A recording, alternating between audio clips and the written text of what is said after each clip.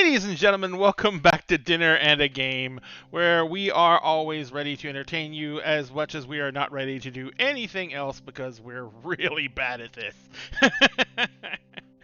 So, thank you guys for joining us again. It is Friday, and Friday is... Why are you just passing through, Simra Sid? Stick around. Enjoy Firefly. Oh, well, then they should not be passing through, should they? They should be sticking around and supporting their friend. That's what we're saying about this. Where's the love? Where's the love?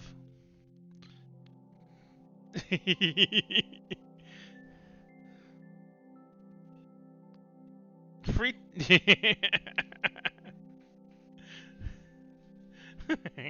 so, so anyway, tonight is Friday, and Friday is our Firefly. The Sky is Free tabletop RPG live play. But before we get to the daring heroics and doing some crime, we are going to have to pay the bills, which means we're going to go over our current promotions and we're going to go over our current charity drives. It'll hopefully just take us a few minutes, but the first one is our Race to 10K on Facebook. Now, Facebook is our primary digital platform for social media, and we currently are around 9,600, wasn't it, baby? 9,664? Yeah, we're about 9,600 followers high on Facebook. That means that we only have a few more to go to get to that glorious 10K. Now, when we hit 10K, we are doing a fairly massive giveaway. We have pulled together, well, we're not pulled together yet, but we're going to be pulling together a huge collection of books. We are talking about every single D&D rule book for 5th edition.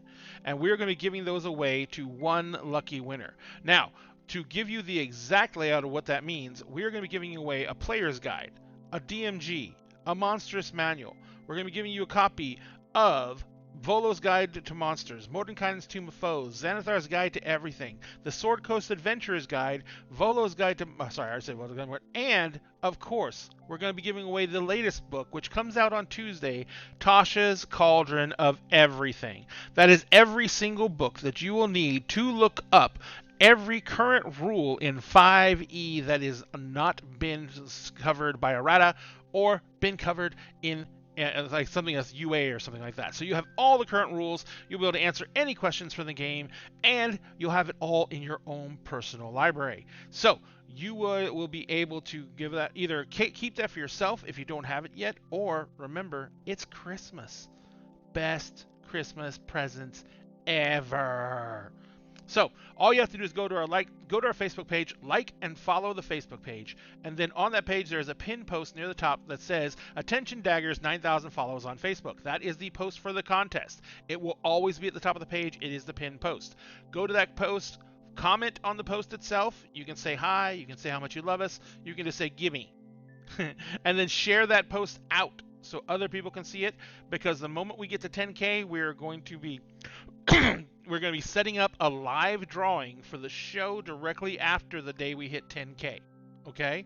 We were going to do it on the 24th, but we don't know if we're going to hit the 10K on the 24th. So we're going to let it ride until we hit the actual 10K number. And then the show directly after the 10K hit, when we hit 10K, we're going to go ahead and do the drawing then. So we'll be doing it live on the air. So, in the meantime, while we're looking at this, we also have another contest going on, and that is specific to this environment, Twitch. Cassie, would you care to tell the lovely ladies and gentlemen about our Twitch contest?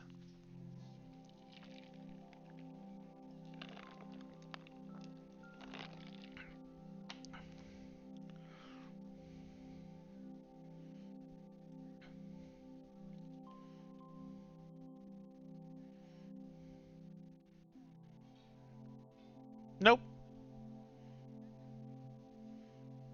Hang on a second. Let me double check. Say something, Cassie. Oh, crud. Hang on one second. It's not coming through. Let me check the settings. Who knows why it's gone to hell? Well, no, they heard me. They just didn't hear you. So pineapple farts. So pineapple farts. Sorry, Cassie. Please tell us about the Twitch contest. We need one of those emotes for technical difficulties. We really do. Oh, Cassie, wait a minute before you. Yeah, there you go. You're on. Okay, can I talk now? Yeah. Okay, so we're trying to hit 300 followers on Twitch, and when we do, we will be giving away a set of really beautiful 3D printed minis. It's a huge set that Ray will be 3D printing himself, so they will be ready for use when they get sent to you.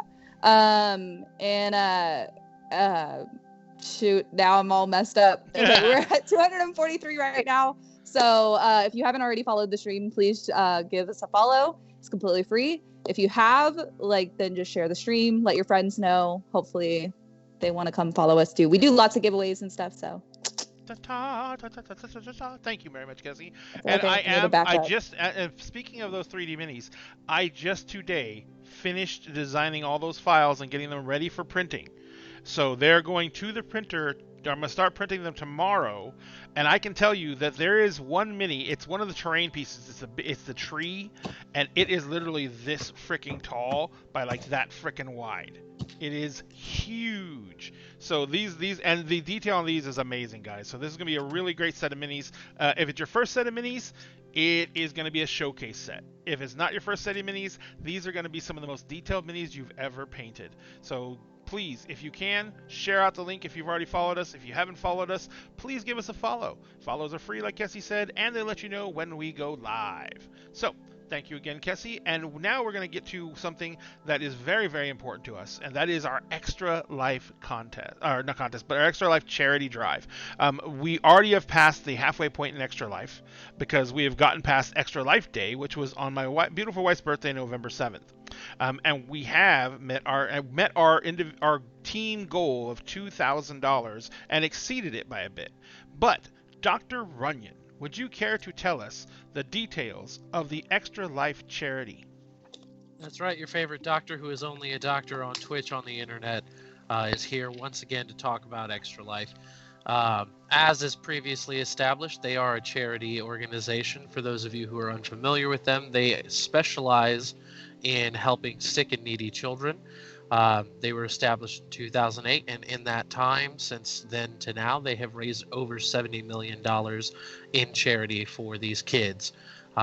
This year, we had set a goal, as Ray had said, for $2,000, and we met that already. Currently, we are at $2,445. However, the drive is still going on, and we would love to see maybe double that goal. We've got enough time to do it, and it's very easy. All you have to do is just donate a little bit of money, even if it's $5, $10, whatever you can give. Everything helps, and it's going directly to help these kids. We're not seeing a penny of it. We're not holding on to any of it. It's just going directly to Extra Life, and they are going to put it to absolutely great use. If you are unable to donate, we understand times is tough. Money is even tougher. If you can't, please consider sharing the information. We have the available link in the Twitch chat. We also have it on our Facebook page and on our Twitter. Share that link out. Get the word out, spread it around to your friends, to your family, to your coworkers. Maybe they'll spread it around too. Encourage them to send the word out as well. It's a great cause. It's definitely worthy of being shared and being spread about. Jesus. Sorry, there was something. Ladies and gentlemen, once again, Skype chat strikes again. Skype chat.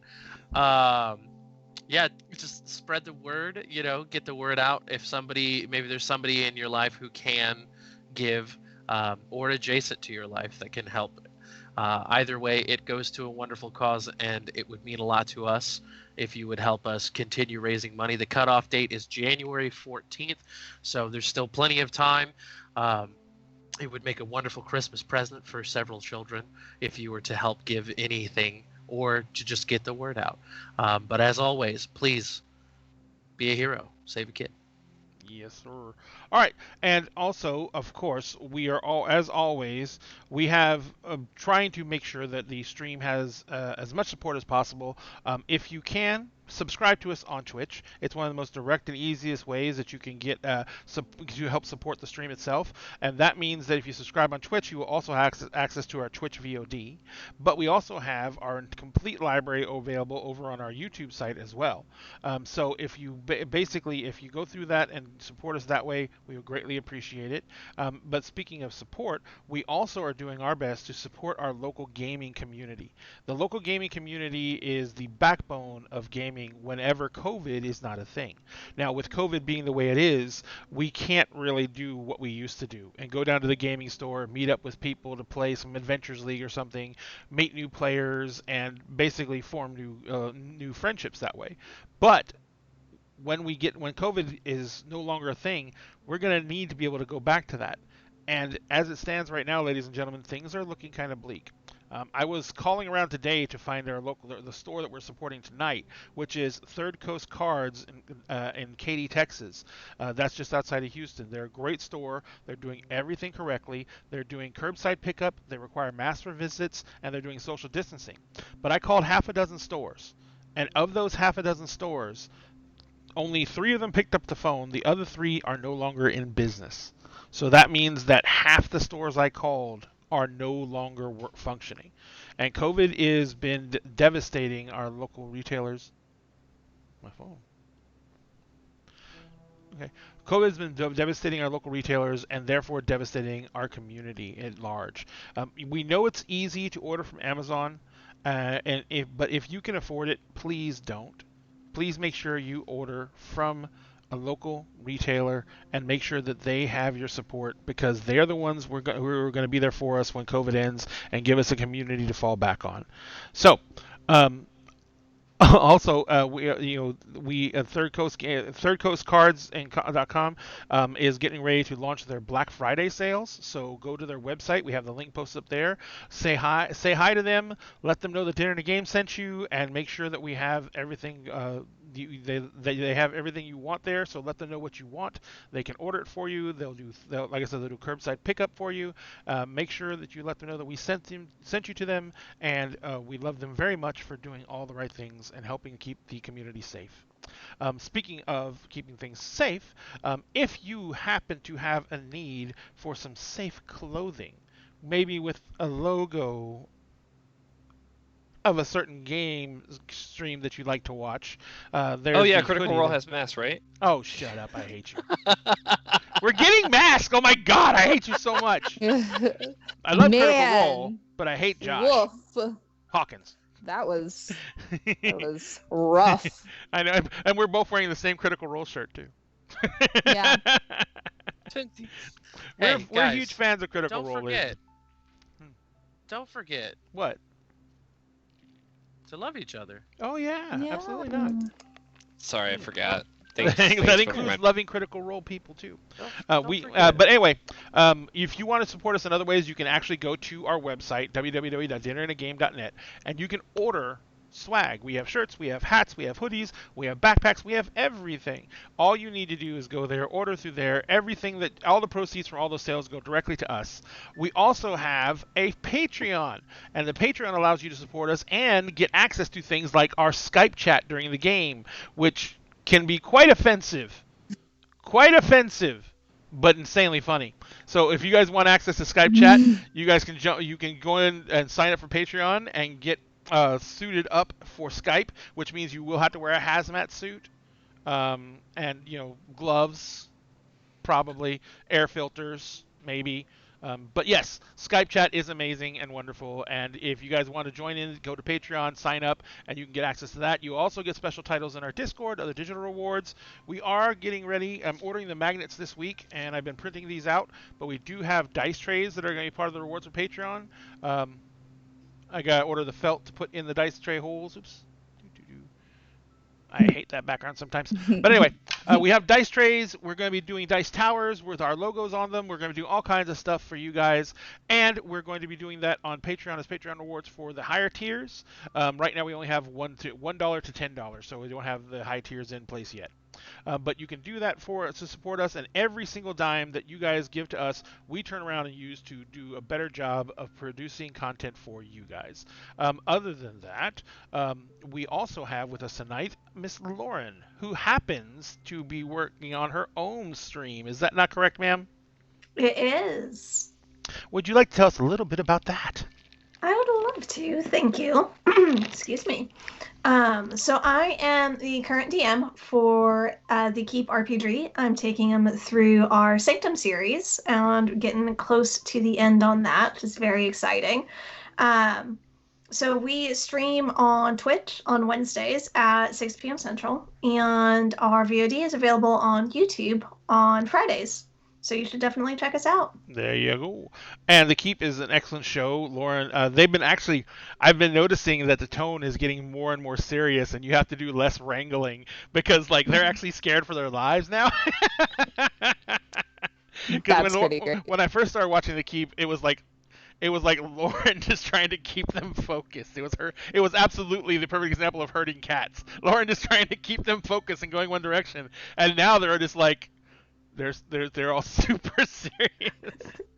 So it's you great. kill one player character and make it serious. Wait. Let's put this into context. You kill one player character on their first appearance on the show as a permanent cast member, and you just kill them in 10 minutes. It took a little longer than 10 minutes. It seemed like 10 minutes. It was vicious. It was awesome. So anyway, yes, it's a great show. Thank you, Captain Caffeine. Give them love. Give them a shout out. Remember, this is a community. All the Twitch streams are a community. We don't compete with each other. There's nothing to compete for. If you enjoy the content, you can go consume it on Twitch. If you like the content enough, you'll subscribe. If you subscribe, you get access to VODs. You can watch whenever you want to. And since this is not typical TV, there's no ratings, ladies and gentlemen.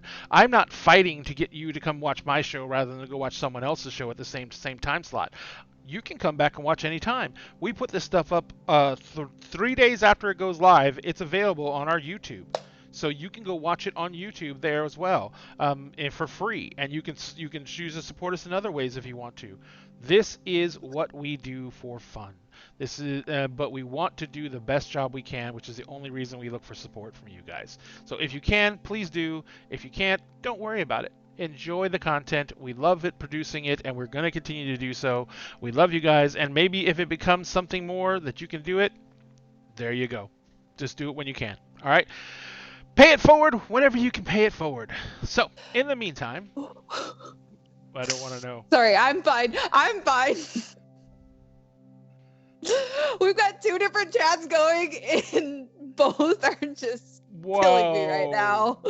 So... Ladies and gentlemen, you really, really, really want to be in Skype chat.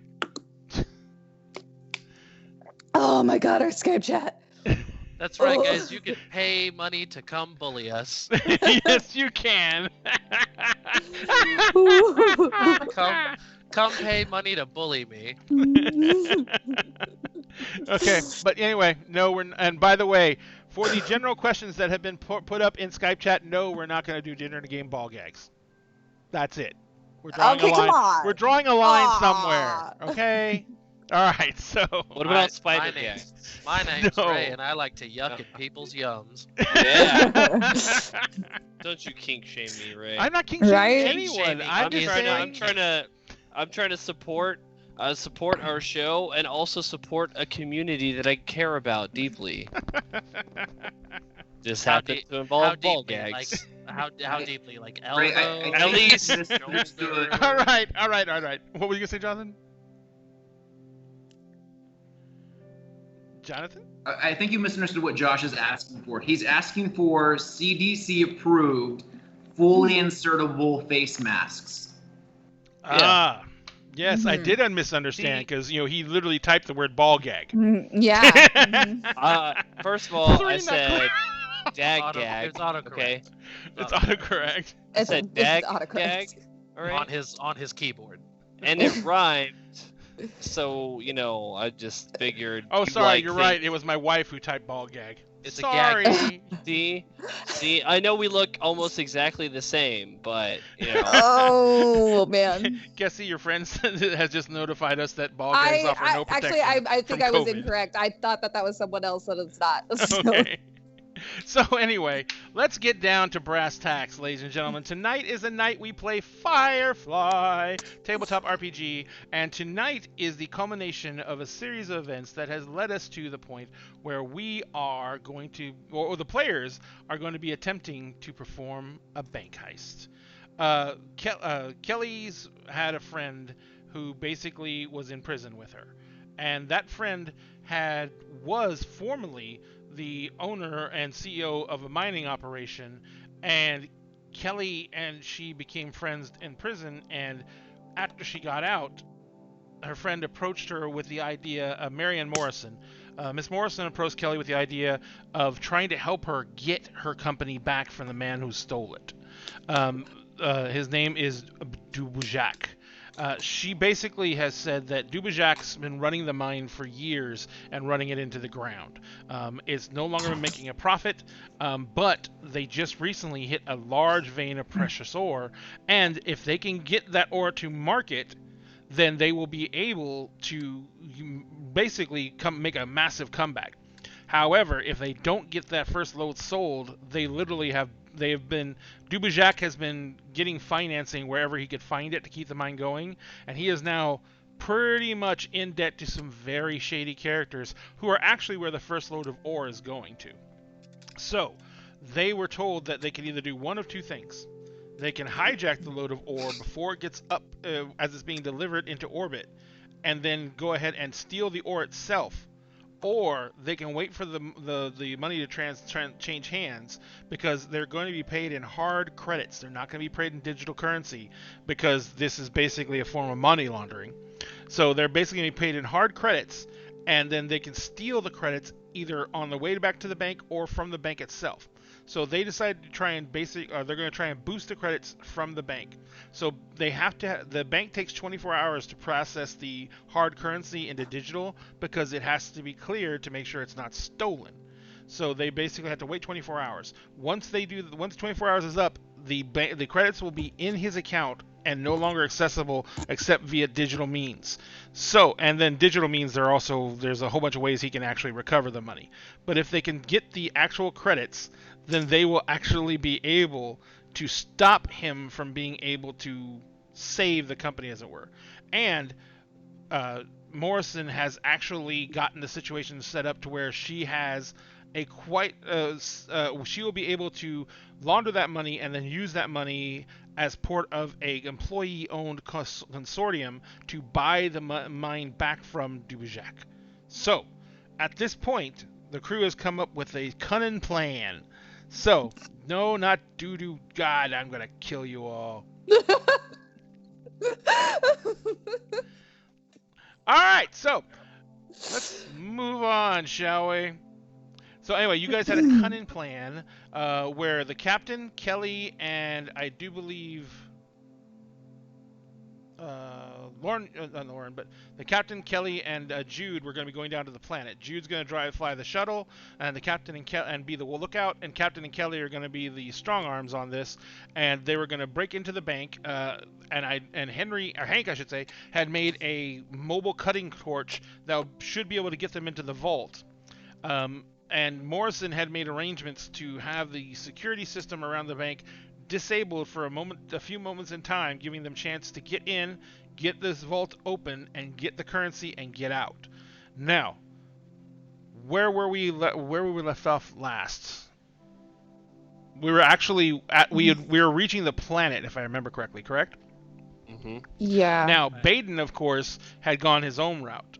And he had gone back into the core worlds, and he had met up with some of his former associates in the Companions Guild, and discovered that one of his best friends, it was a Billy or Bobby, I can't remember his name. Bobby, I think, right? Baden? I think it's I'm Bobby. sorry.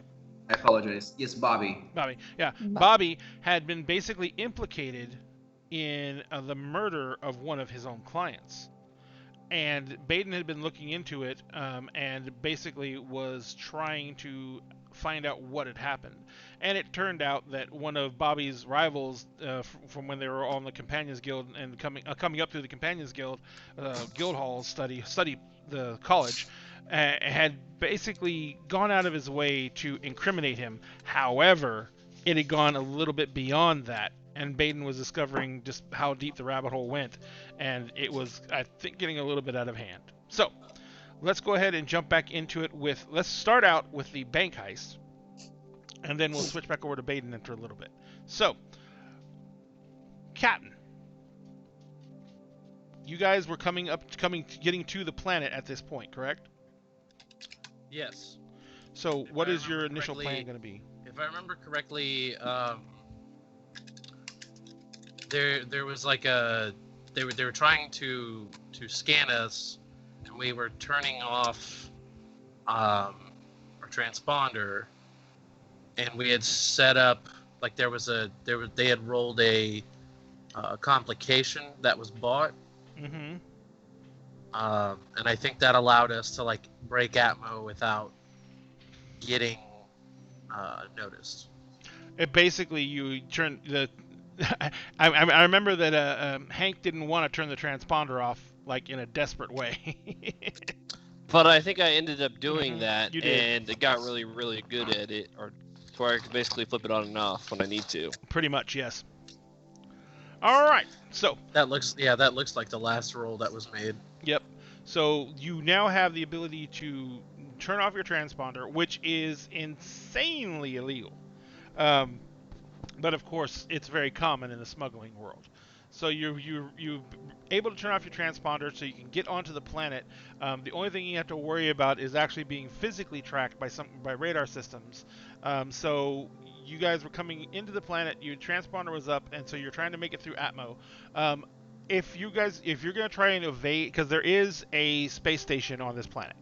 So if you guys are going to try and evade the radar for the space station, Jude, you're probably going to have to make a piloting roll to make sure you come in like on the blind side, like probably in through one of the poles and come down in the magnetic poles and come down through the planet that way, which is a little bit rough because it messes with your sensors. So it's more like a manual flight than it is an automated flight like normal. So what we're going to do is, if you want to make sure you're going to avoid detection coming to the planet, that is your best way to do it. Do you guys want to do that? Because like I said, it's not going to. It's a little bit more. It's a little bit hairier a situation to come into the atmosphere that way. Did you say Harrier? Oh my god. God damn it. I So- mean, No comment.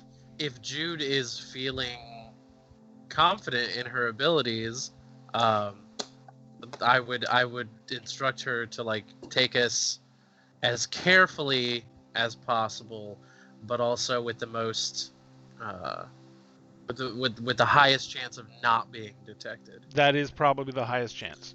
Because we you mentioned that turning off your transponder is highly illegal. But you know what else is highly illegal? Robbing a bank. Yeah. Yeah, a little bit. So We're not robbing it, we're liberating it. only if you get caught. You're only in trouble if you get caught. Learn that. Exactly. From watching Aladdin. Aladdin. So, Jude, are you going to be willing to do this? Yes. Alrighty. Because being stealthy, I think, is probably going to set us up for success better than going in and being seen. All right. So before we do that, you guys come into Atmo. Or not coming to Atmo. You guys come into the system. This is the Kalidasa system, and this was. Whoops! I forgot one thing. Where'd it go? There it goes. All right. So this is in the Kalidasa system. Where'd it go? There's Morrison Mining Company, and this is a moon.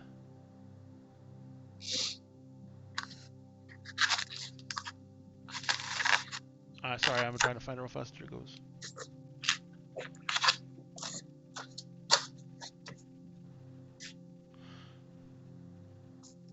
I'm gonna eat my Nana's best velvet cake. Yeah, she got some. Show them how big that stupid piece of red velvet cake is. Holy crap.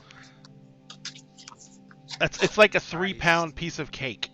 That looks amazing. It looks really, really good. We found a new Italian restaurant near us, and it's freaking stupid incredible. The calamari is beyond belief. Yes, there it is. So it is going to be in the Caldasa system, and the planet's name is the planet's name is Sweet Home. So you guys are. Oh no, I'm sorry. The planet's name is Georgia. Sorry. My bad. Sweet Home is in the other system. So the planet's name is Georgia. It's a small moon, and it is in the Caldasa system. Not to be confused with the Georgia system. Yes, not to be confused with the system, because it's not confusing enough. So no, not at all. So you basically are coming into around to land to come in on this moon. So in order to make sure that you're not detected by radar, in order to make sure you're not detected by the space the dock, you turned off your transponder so they wouldn't know when you come into system.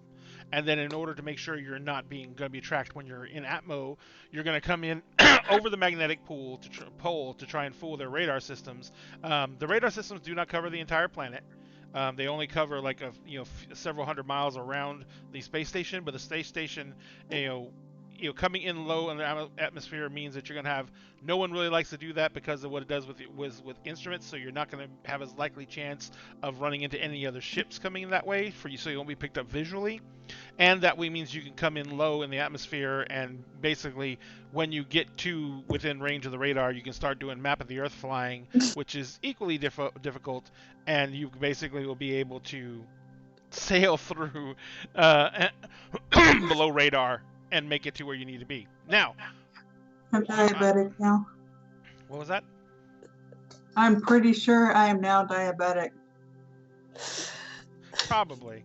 Oh my God, this is the best thing I've ever put in my mouth. And we'll let that go. So, I am. So we have. So what we're going to do is we're going to do a couple of different roles for Jude. All right.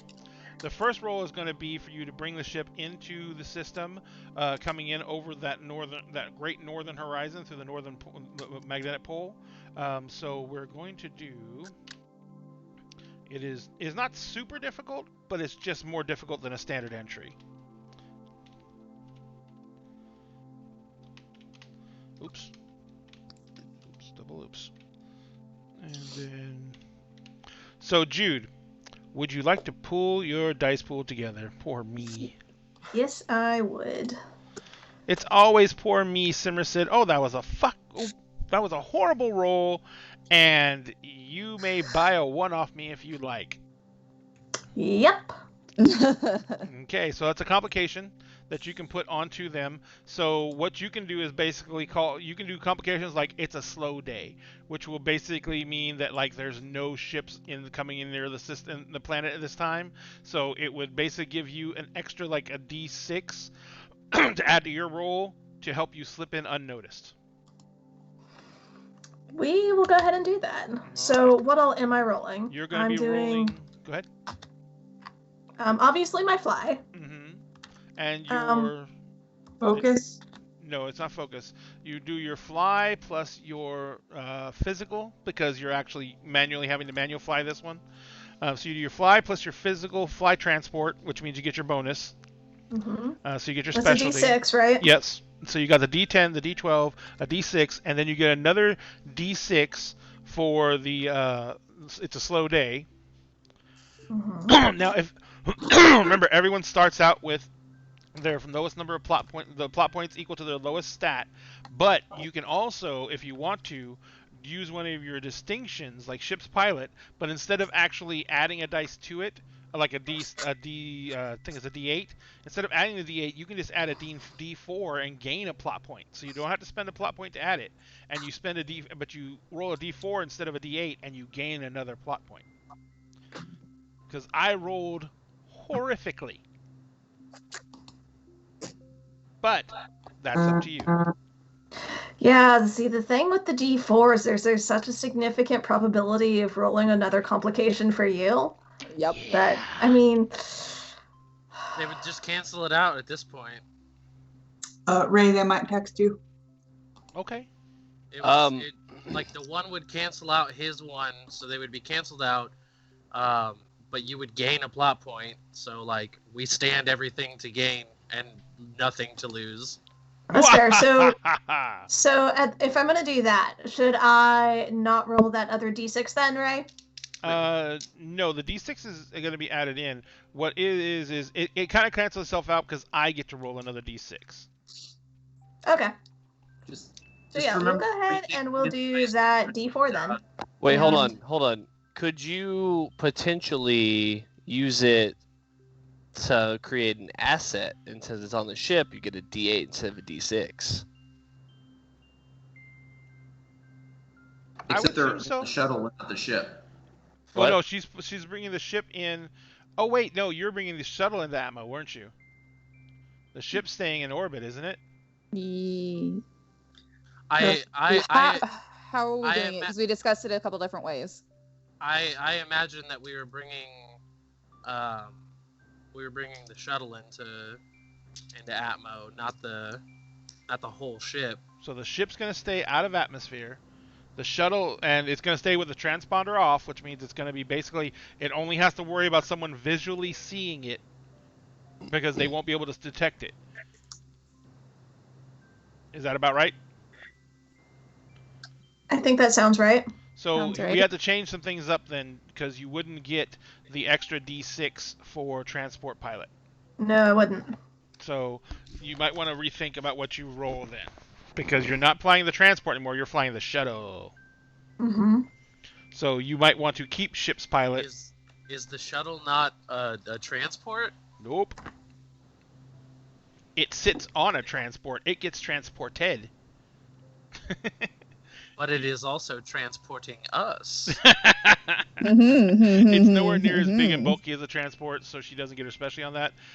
It's nowhere near as nimble, fast, and with as much power as a fighter, which is her other specialty. So she basically would be. It's like driving a mid-sized sedan when you're either used to driving a giant cargo van or a tiny little Maserati.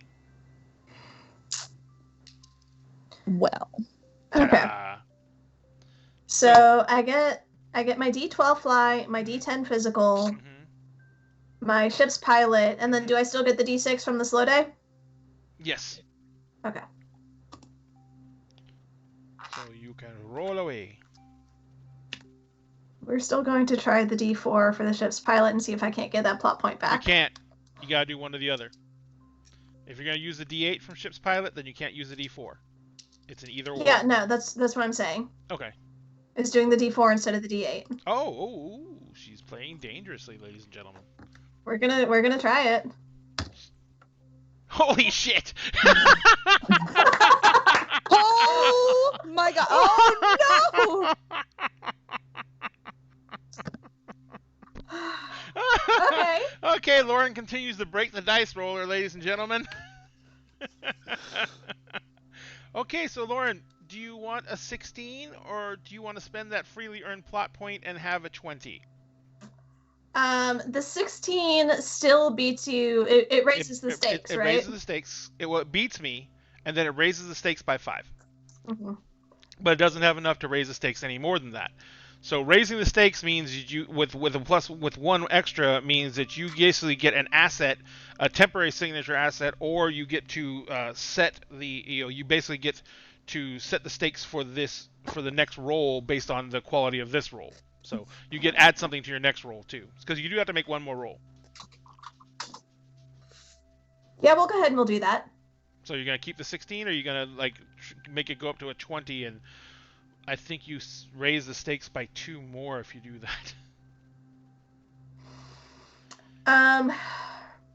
So if I go up to the No, 20, one more. that's when I get to add something to the next roll, right? No. Right now you get to do it because you basically have a D6, but you can stage that dice up to a D8 if you spend 1 plot point.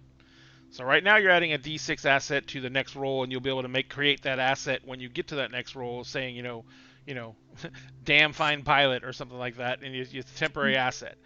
So that's one thing you can do. But if you beat me by for every 5 points you beat me by, for every time you raise the stakes, you can stage up that asset dice by 1, because it starts out as a D6. So if you beat me by 10, then it can go up to a D8, or you can Wouldn't take. it be a D? Wouldn't it be a D? Yeah, sorry, my bad. D10. Yes. So it starts out as a D6. You can stage it up to a D8, or you can create two temporary assets that are both at a D6. But they are two different aspects that, they have two different merits. You know what I mean? You have to create two different assets for it.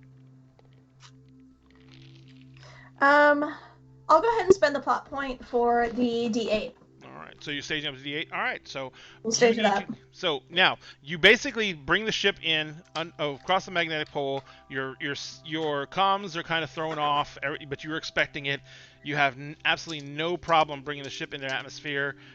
You come swooping out. The dock and the captain don't even really notice anything odd. It just seems like a normal entry to them. But you're basically flying blind for several minutes as you came in because you had no real instrumentation. But you're such a seasoned pilot and you're so used to this type of thing that it was no big deal. Even flying into a strange planet and you didn't even know the atmospheric conditions below. So when you get down to the surface of the planet, you breaking through the atmosphere of the planet, you quickly notice that the weather is perfect. So what I wanted to know is how are you going to do? What type of asset do you want? D8 asset do you want to create for yourself for the next roll? Because this roll is the one you're going to be using to evade the radar. So basically what you're going to do is you're going to go and fly as incredibly low as you can.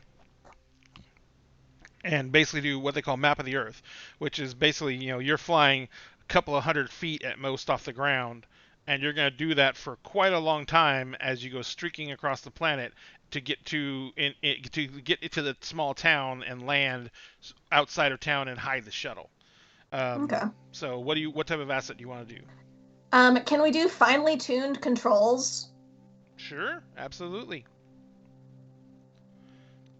So they're very sensitive to the slightest movement, and so I have very good control over where the ship is going. And that comes from the double-edged sword of the fact that Hank is the ultimate in diligent on his ship and keeps everything working properly, and you are one of the better pilots that you've ever met, and you know how to go in and customize the setup on the shuttles. Well, we did that together. Yeah. During the you did that on the broke it big last ship. time. Yeah. When she broke it last time.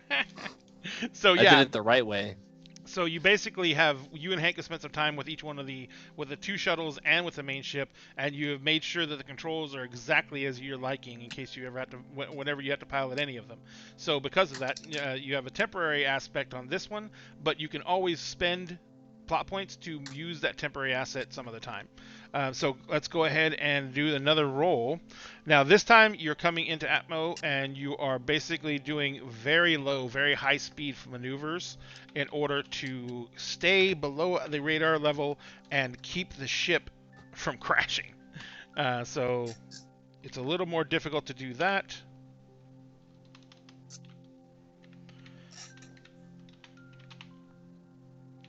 Let me set a difficulty. So, Lauren, how much are you going to charge to roll for other people? Not Ray? Never Ray. For real, though. But the rest of us. It's only going to work until I start rolling terribly. And then I would feel terrible for charging for it, so... There we go. God! Yes! Yeah, that... Yeah. I'll buy that complication. You didn't do what I was gonna do. Favorite plot points. I'll buy the complication. I was gonna You're the say one if going down there. yeah, I probably could do that also. So This is looking like it's can shaping help up out to with be that. one of those nights for me, ladies and gentlemen. So I have a 14 with a complication for you, ma'am. Or not complication, but a asset for you. Okay. So you can choose. You can use that on this roll, or you just add to stage that dice up you already have to a D10, and so that means you'll have another D10 to roll, or you can create another Like you can create a complication for the radar. You can say like the radar's on the fritz or something like that, and that's a separate one that comes in at a D6. Yeah, I think for this we'll go ahead and put the complication on you because I've already got the D8, and Well, it still goes into your dice pool. You still get an extra D6, but that's a complication on me. So you basically get another D6 because like the radar's on the fritz or something like that. So it basically it's something that's going to make it easier for you. Okay, so I can either step the D8 up to the D10 or take the D6. Mm-hmm. Well, we'll step it up then to the D10. And then physical and fly again. Mm-hmm. And ship's pilot if you want it. Yes.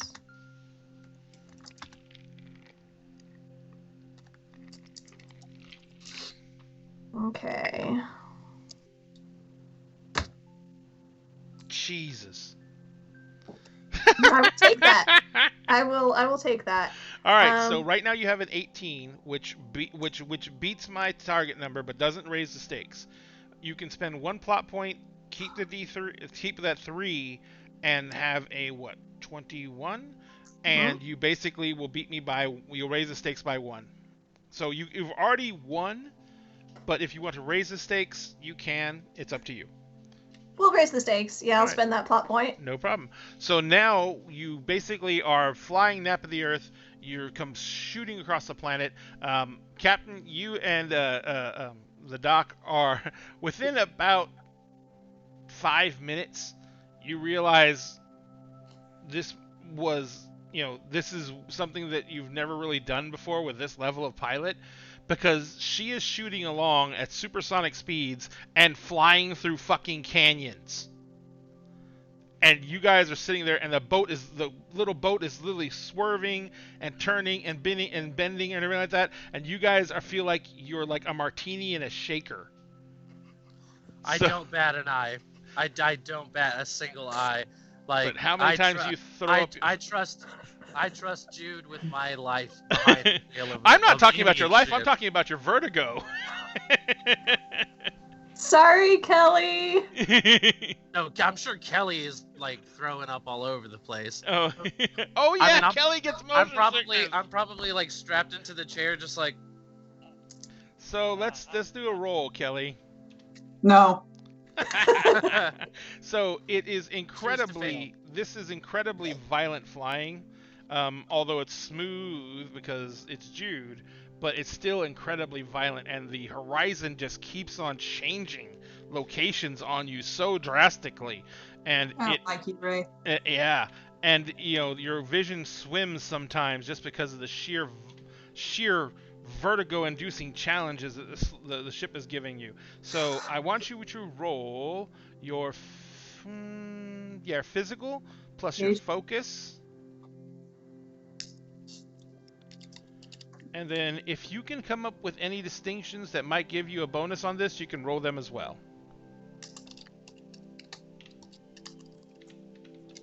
Well, that's great because I have to go to the door, so Lauren can do that. No, you have to roll it. I'll go to the door and get your food after I make this roll happen. That makes sense. Huh? You need your driver. Oh, now he doesn't roll a 1. Mm-hmm. I don't know. Right? Did you? Okay, you got to go to. You should not have done that. Not on a game night because you can't step away from that long. And you lock the door anyway. Well, not in the hallway. I didn't. Damn it. Okay, so physical plus what did he say? Do y'all remember? Focus. Physical and focus. Yes, Okay. physical and focus.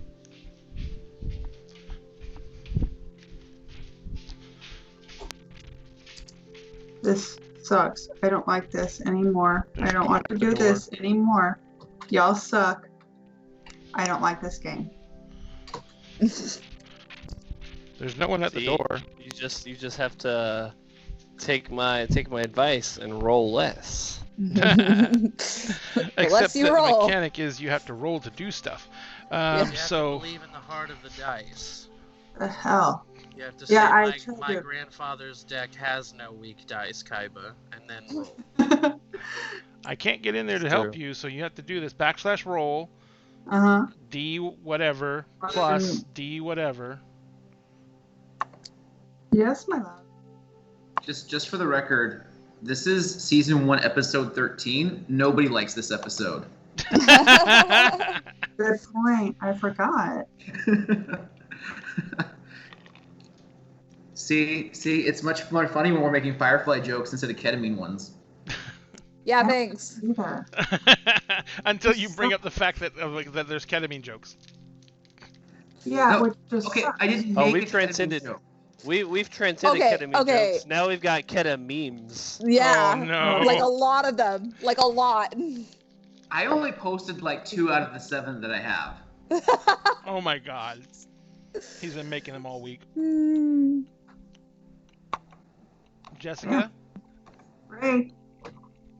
we Here, need if you we're to gonna roll. play this game though, like if that's the way this is going down now, Kessie. Yeah, it's Oh keeps God. recognize command. Unlock the door.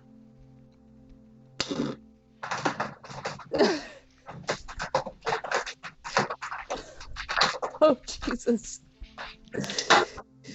Yeah, see, I recognize command. Guys, don't forget, Extra Life is still going through January 14th. We have the link available in chat. We have the link available on Twitter. We have the link available on our Facebook. That doesn't help. Those kids are in need of some help. And if you can give, please do. And if you can't, share the link. And of course, with that, Jonathan, your explosive of memes, you lost my message in there that I love everybody, so everybody needs to stop arguing over who I like the least. Okay, Oh, shut your Yeah, 'cause mouths. I I love all of just- you. Okay, really just one now. God damn it. Games. I'm puking. I'm pretty sure I'm vomiting a lot. I could be wrong. You tied with Ray. I don't even remember what happens when a tie in this game anymore. I think think you you have beat to it. actually get a higher number. Oh. So maybe you just have an upset stomach. Well, that's about normal for me. Yeah, it's 12 and a 12. So basically, since I set the difficulty, you did not beat me, so you are ill. You are queasy. So you are going to have, when you get there, on your first actions you're going to take, you're going to have a D6 complication, or I'm going to add a D6 complication into any of the dice rolls I create of I think I'm going to puke. So, but you're being shaken like a salad, so there you go. All right, so don't anyone say it. I should never have said that. That was horrible. You don't shake salads. Okay? Shut up! You toss them. Shut up! Come on, Ray. So, you You're better. I don't know why I did that. I was trying not So to laugh. horrible. So anyway, Jude gets you guys to the edge of town. You guys were going to put the shuttle down and walk into town, if I remember correctly. Mhm. You set the time, the period to get you to land the shuttle just after dark. The town, like I said, is around a dozen buildings in town. There is a couple of saloons, a hotel, a general store, the bank, and then there's a couple of other buildings there's a metalworkers blacksmith shop type thing, and some other typical buildings that would be in a town this small that are required. There's also several houses on side streets around town. So this town's got like a main drag. It's got a couple of cross streets, and on the cross streets going off of the house off the main drag, there's about a dozen houses that are in town itself. There are some people who live out of town, and there is for the young singles, there's actually an apartment building in the town as well. So grand total, there's probably around 300 people who live here. And the majority of them work the mines. The others either own businesses in town, or there's some people who actually do farming in this area. I think I told you that this planet is pretty much a rust bucket, but there is some agriculture on this planet. So there is some people who farm in the local area to produce produce for the town, give the people some fresh food instead of just having to eat protein powder all the time. So you guys come flying into town. You have to land to keep the noise of the shuttle and everything like that from alerting anyone. You have to land about a mile out of town. So if you guys do keep it at a good clip, like a jog, you can probably make it to town in about 20 minutes. That's without really pushing yourselves and anything like that. So does that sound like it's going to be a plan, or did you want to try and get closer? So we were gonna bring Oh yeah, that's right. the A couple of ATVs, right? the ATVs with us, but not get like super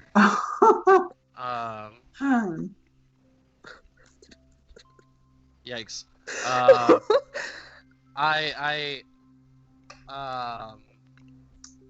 You What really I- want to be on our Skype chat. Jesus.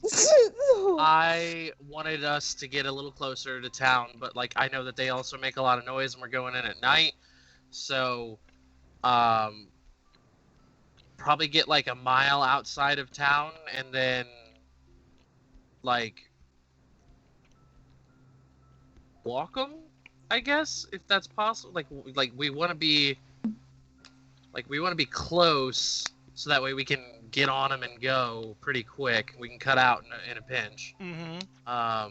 But we don't want to ride them into town in the middle of the night, with all that, Mm-hmm. Well, That's good Foley work. You're all welcome. bum, bum, bum. So you can basically bring him into town. You can get him like near town, and then There's the next clip right there. get over a hill, Probably. and then cut the engines and try and coast down the hill, get them as close to the building as possible. I mean, they'll probably be still probably be about 20, 30 yards away, but you're literally going to be coasting them down Main Street or down one of the side streets to get to the bank. Yeah. That should be fine. Okay. Right? That should be fine, right? Right, team? Who's also here with me?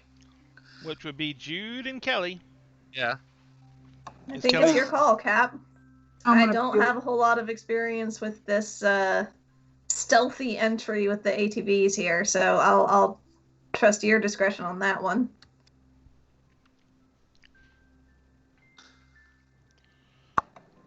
Yes. And Kelly's just glaring at everything and trying not to puke. Yes. This is the way. This is the way. The way. All right. So you guys, take the ATVs, kind of staying off any main roads, going through the backwoods. This planet is the area around town is lightly forested. It's mainly sagebrush, pine trees. This is a mining community, so it's a little bit up into the mountainous area. You've been kind of cutting through back paths and everything like that, and making sure that you have. Hang on one second.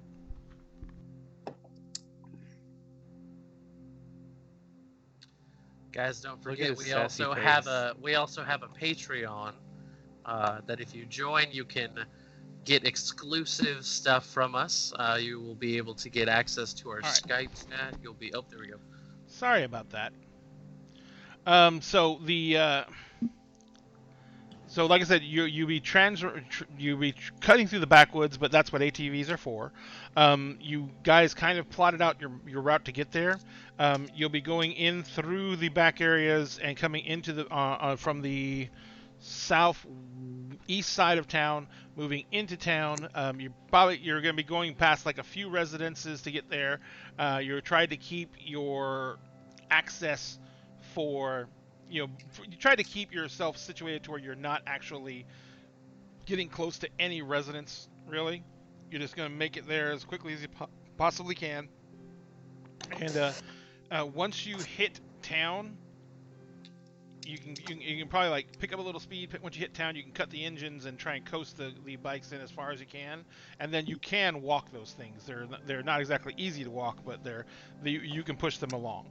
So you can walk them into town to where you can have them as close to the right, put them up right behind the bank if you need to.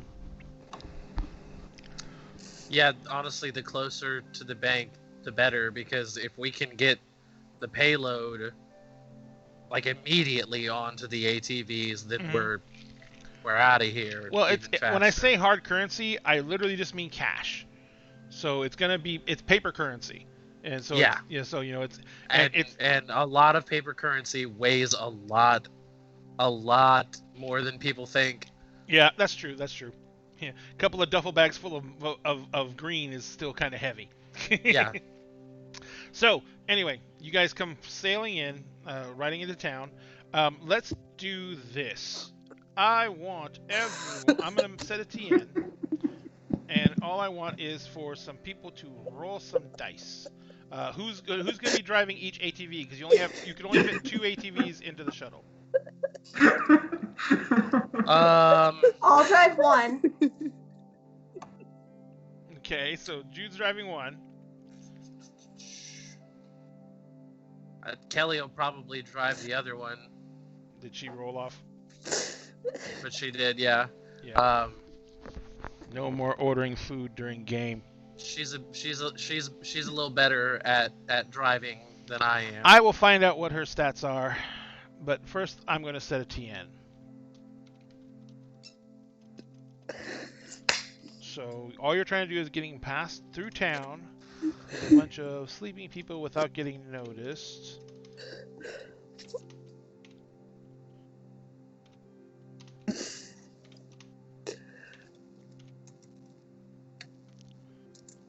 Oh God.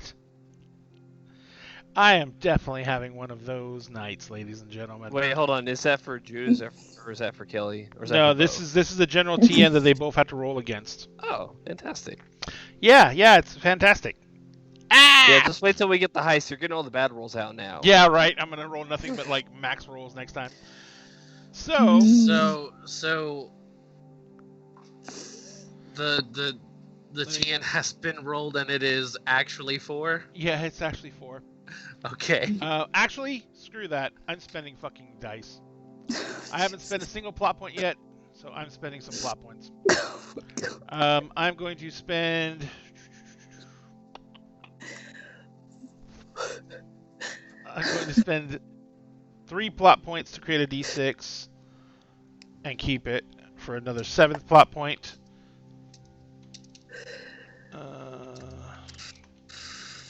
And let's see if that does anything at all. Are you okay, Cassie? Oh my God. I'm totally fine. So I have a 6. That's it. I'm done. Got it. So I the spent target 4 to plot beat points to get a is 6. 6. Yeah.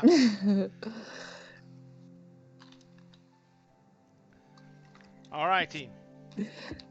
All right, what are you having us roll, Ray? Drive You're rolling plus drive. Where to go? Drive plus your physical. And what else we got? And if you have any distinctions you can throw in, you can. Stealth, if you have anything that gives you any type of stealth or evasion, anything like that, that would help right now.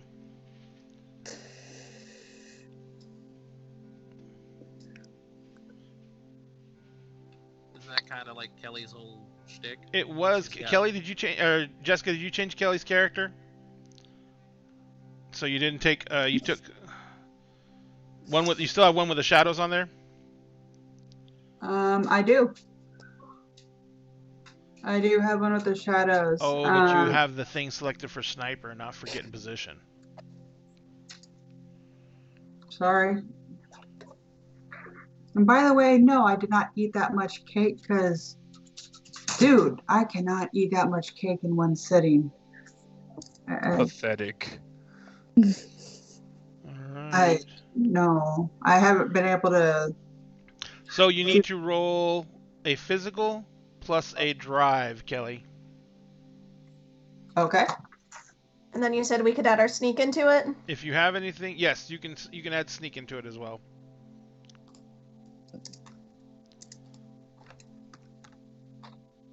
Because you're attempting to be sneaky. Good old Jude. Good God. Good old high rolling Jude. Woo!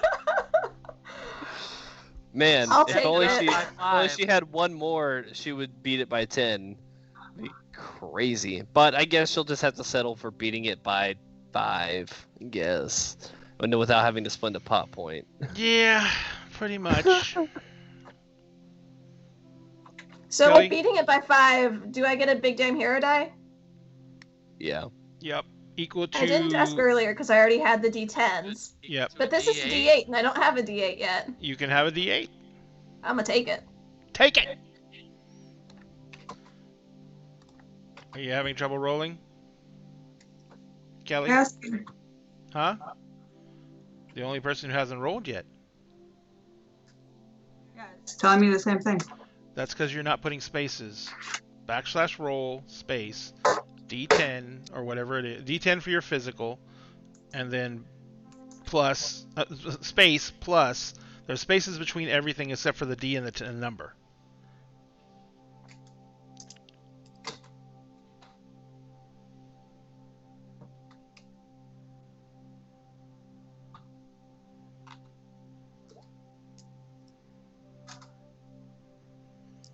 Ooh.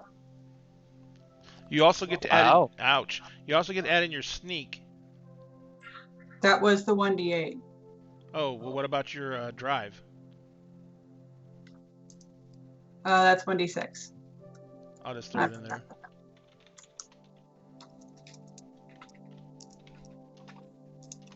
So I'm gonna go ahead and spend a plot point. Okay, I'm Wow. not gonna keep that because I rolled it. Oh, there it goes. She rolled it. Good. Hey. So I'm gonna that's I'm gonna go ahead and spend a plot point to remove one of her complications to, for protect the crew. you are present, so you can do that. And so her Yay. complication and my complication cancel out. Yay! So You remembered this time. yay! So Yeah. you guys basically get to because Well, no, and because Jude we need it this time. Big, and because big, Jude kind of blew the entire TN completely out of the water. Thank you, Jude. You guys make it through town. Do not alert anyone, and you guys get to the back of the bank. You see immediately that the security system has been completely not dismantled, but completely shut down. You do, but the one thing she didn't. You don't have a key or anything to get into the bank.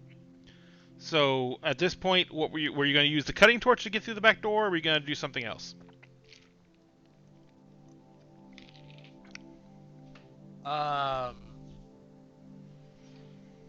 Did she not give us the access codes to get in? She shut down the security.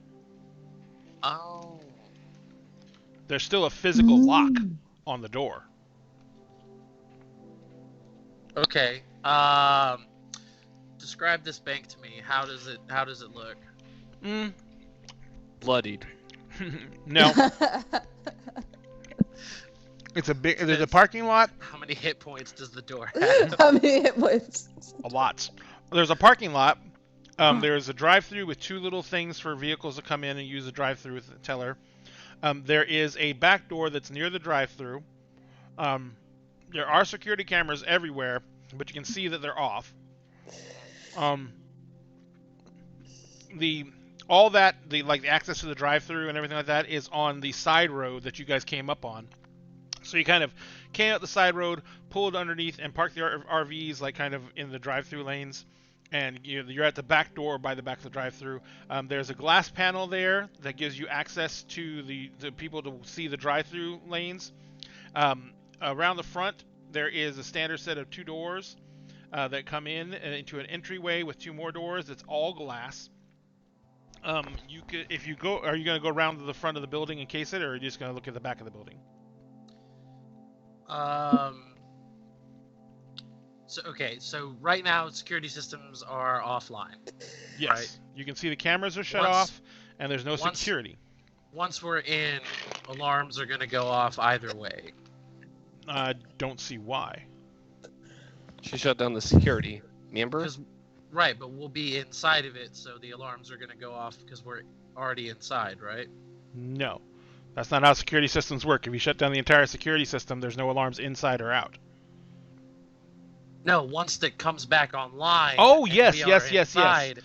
Alarms are going to be going off anyways. Yes. If If you're still I'm- inside when the security so- system so- comes back on, then you'll be setting off alarms all over the place. So I'm looking at this door.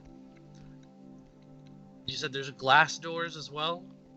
It's not necessarily blast. There's blast doors on the vault. No, I meant glass doors. Oh You yeah, said on the glass? front. But those are in the front of the building. This is a big steel reinforced door. Okay. It's from the look of this door in the back. Like, how much time do you think it would take? Or do I think it would take us to cut through with the torch? Oh, with the plasma torch he gave you, you could probably cut the lock off the door in like not even a minute. All right, yeah, I will cut off the lock on the All right. back door then. I need a mental plus a labor roll. And any distinctions you can throw up to give it, or any plot points you want to spend for extra dice.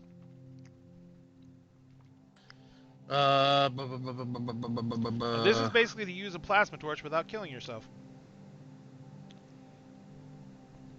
All right, so I'm going to use my mental and labor. Mm-hmm. Plus a D8 for the plasma torch. Yeah. Best fish taco ever. Oh, do you need to make the target number for me? Oh yeah, duh. Thank you. Yeah. What was that one Viking who became a French noble? Oh yeah, roll low. Oh God. My hands are Terrible. shaking. I'm so Terrible. furious. Terrible. All right, there you go. Mm. I actually rolled well, so I'm gonna keep the 8 and the 4 and make that a 12. Okay. So I've got a D8 from the torch, plus my mental, plus my labor, and then I'm also going to use my asset for the lucky dog tags. Gotcha. But I can roll it, I can roll it for free, but I have to spend points to keep it, right? Yes. Okay. Am I keeping the D8 asset for the blowtorch, or would I have to spend points to keep that too? You can keep the 2 highest dice for free. Got it. Any other dice you keep besides the 2, you have to spend plot points for. Got You it. can roll as many dice as you can put into the pool but the only thing is, and there's one thing we were doing wrong, if you can roll 1 dice for attributes, 1 dice for skills, 1 dice for distinctions, and 1 dice for signature assets, right? If you if you use another distinction, you have to spend a plot point to use it. If you use another skill, you have to spend a plot point to use it. So you can use more than 1 skill, you just have to spend plot points for the additional skill. Got it. Got it. Okay. Occasionally, Josh, if your distinction specifically says you can keep something, then that text overrides the rule Dre just gave you. Yep. But those are pretty rare. It's pretty rare for something to say, like, you get to roll and keep it. But if you do have that, like, you roll it separately because it's going to get added to your total and not count as one of the 2 you have to pick. Dun dun dun. Got it. Okay, so I don't have. Yeah, no, I'm just gonna. I'll roll my pool and see what we come up with. All right. Target to beat is 12. Yes, sir. Here goes nothing. That's. What the I hell? didn't hit the plus. I didn't hit the pluses. I'm stupid. I So- didn't hit the pluses. I was like, what? So that is on the first D8. Yeah. So you have a 1 on the first D8, so you need to roll a D10, a D8, and a D8. Well, off to a great start. See, this is why we need Lauren to roll for us. Mm-hmm. No, he can only go up from there. Hey, See? There you go. Okay, so that's a 13. So I beat the DC, Mm-hmm. but I have a complication. Yes, now. and I will buy that complication. You can. And- You So can. I get can't- so I get a plot point for it. Yep. Got it. You got a plot point. I buy the complication. I am going to put the I already have a complication that I have prepared for this. So we are going moving forward, but for the actual roll and what you do, you basically whip out the torch, quickly cut off the door the lock, and the lock falls out. The door is so heavy that you just push on it and it swings open. When it swings open, you're in an open area. As you come into the back, that's in the drive-through teller area. There you see there's three stations to your left. There is to your right, there is like a big counting area where they obviously do all their final telling at the end of the night. And and that's like in an alcove. Directly to the left of the alcove is the entrance to the bank vault. Now, directly ahead of that is a door. No, sorry. And that's the entrance of the bank vault. That's the storage area. There's a storage area right there, and there's a door ahead of you. And as you go through that door, there's 3 offices to the left, 3 offices to your right, 1 office to your left, and then there's a pathway that goes around through the front of the building. It kind of like, it's like where all the people get greeted as they come into the bank. And there's that little station where you can fill out your draft deposits and everything like that. And then on the other side, because you came on the right side of the building, on the other side of the building where the little marble flooring goes around in an arc to the other side, there is a doorway, and in that doorway there's other offices on the other side of the building too, but where the doorway is, there is a large steel gate that is closed, and the door is sealed. You can see there's an electronic lock on it, but the gate is sitting there, and behind the gate in the back area, you see the door, the vault itself. So we don't have like a clear path to the vault. Well, you're gonna have to open this gate, which is probably just means cutting through the gate's lock, much like you did with the back door, and then you'll have clear access to the vault, because the gate will swing open. Okay. She didn't, and in the security stuff that she gave us, the overrides, she didn't give us a code for the gate here. There's no visible security on the gate. The lights, all the little, because you can see there's a panel on the gate that has like a place for a key and a place for a card reader to go to, and the card reader is completely dark. None of the lights on the card reader are lit up. So basically, the only thing you're standing between you and getting through the gate is the physical lock. All right, I guess I'll have to slice through the Goram gate too. All right, so the gate is actually a reinforced gate. But from here on out, I think we had the setup, and it's been a couple weeks, so forgive me if I'm hazy on this and help me remember. But Jude was going to be lookout, So and she's then staying by the back door. Kelly was going to. Kelly was doing something with the security stuff. I don't remember what exactly we said Kelly was going to be doing. I know Kelly she was gonna. Kelly was gonna help me get like the physical payload out, but Kelly is doing Kelly stuff. But before that, well, that's not specific. So throwing up. That's what I do. Throw up. Kelly, I think the only thing Kelly was there for really is if the shit hits the fan. Yeah. I mean, she's the one who's basically she's your security person, as in, all right, the shit hits the fan, it's time for bullets to fly, and we need to run, and so that's when she would be like leading the way, or covering your asses, one or the other. Yeah. Okay. All right. Well, then let's get to cutting. I mean, I've done time. I'm already a bad person, so I'm already a bad person. Y'all can take the hell off, and I can make it look like I'm doing this solo, and y'all get off scot-free. So I take the blame, and somebody's gonna bail me out. I'm throwing up. There's a complication being thrown out, but I have currently a 12 on the die. So you have a complication that you can spend to get yourself something on the roll or not. Let me see this real quick. Finally found a good Mexican food place. Is it going to be the same? Is it going to be the same thing, mental and Yes, labor? it's the exact same thing. Let me check one thing. Hang on one second. I'm trying to decide something. I'm going to go ahead and spend 3 plot points to roll another d6. Anybody on the ship want to buy a complication? So that makes it a Your turn, 15. Jesse. I can do that. I can do that.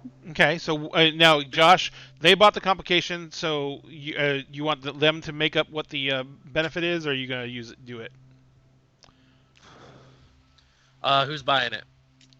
Cassie said she was buying it, or should I I'll say? do it. Okay. Hey, But I don't cancel really out have the an last idea. complication? Couldn't it cancel out your last complication? Oh, sorry. Ketamine's buying it. Can I make a recommendation, Kessie, since you said you don't have an idea? Yeah. Maybe do a D6. There's a storm coming, because then it would give them like visual and sound cover for the job. That sounds great. All right. So now you I can like have it. I like that. I like But that. you have to say it very like that a country. lot. There's a storm coming. Twister's on the way, No. Ma. Get in the cellar. Ray, come here a sec. I'll let All right. Josh take care of that for me. Okay. No. Sam's the sound effect guy. You need to get him in here with like those metal things so he can Oh start. yeah, All right. So you need him. you guys, the total is a 15, Josh. Got it. But you do have the extra d6, which basically means you suddenly hear thunder and lightning, and you realize you don't have to be nearly as quiet or as safe as you're planning on being, because the noise of the storm is going to cover up any noise you make. So now you have another d6 to add to your roll. Got it. So I've got the torch, my mental, my labor, and a D6. Yep. So many lines. Nice. I need a bigger desk. Okay, so that gives me You have a 12. that gives me a 12, and I have to have a 15. I have Yes. to beat a 15. Mhm. And hell yeah, Cassie, I do too. Then I'm going to spend. It's just 1 plot point to keep the extra asset for the torch. Or you basically don't have to worry about the assets come from at this point. It's spend the plot point to keep one of the other To keep dice. the roll. Got it. Yeah. Got it. Yeah. Yeah, to keep one All of the right. other dice. I'm gonna spend a plot point to keep the 5 to take that 12 up to a 17. Gotcha. and So you basically cut through. you raise the stakes, you beaten the roll. So you cut through the exterior lock with no real problems. It takes much longer than than the lock on the back than the steel door did. This is apparently some kind of alloy that resists cutting with the plasma torch, but you were kind of expecting that. And so you guys cut through that lock. The door swings open. You have access to the vault at this point. Now, at this point, you guys had already discussed what you were going to do with the vault and how you were going to get through the vault. So this is going to be a more extended situation with the vault because it's, number one, several feet of steel instead of just a couple of inches.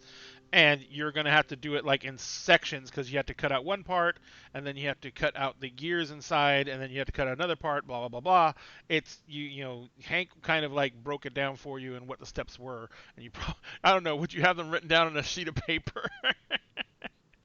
No, I've got a decent memory. I would remember. All right. So. And also we spent like a week going over this every day. We ran drills and everything. So like, I like Hank would be very sure that if I in those drills forgot a step that he would less than gently remind me. Exactly. Oh yeah, I shoot him with a rubber bullet. That's how he fucks up. Hang on one second, I messed up my roll real fast. Just like Dad used to do. Just like Daddy used God. to do. All right, so. Yeah, that's right. We got a tragic backstory. What's up? So I am going to keep each one of those. I'm going to spend 2 plot points for the extras, and I have a grand total of 18. Okay, so since this is a extended thing and it's like a group effort, how are we doing this? Am I just still rolling it because I'm operating the torch? It's actually the cutting and everything like that is your portion of it. You're going to roll that. What I need is Kelly can actually remember Kelly can help you. so she can lend dice to it as she needs to, and to help you with a roll. Got it. And what I'm going to need though is I'm going to need Jude, who's on lookout, to make me a roll as well. You're going to need to make me a roll too, because you're basically keeping an eye out on everything. Ah, damn it, everything around you, and making sure that you know what's going on at all times. So, give me a moment. I accidentally backed out of roll 20 because why not? You roll low, just take my word for it. Yeah. You got like 4 1s. I rolled craziest 4 thing. ones. It was amazing Mhm. because I haven't even created the dice pool yet. So, Jude, you're going to be rolling your notice plus your mental, and then anything else you have that could give you bonuses to being watchful, being mindful, anything like that.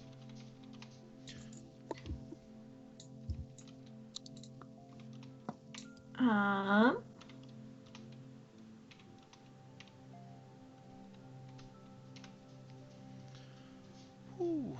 Fucking Christ. Goodness. Ouch. Would my on the run distinction, having that experience be something I could add to this?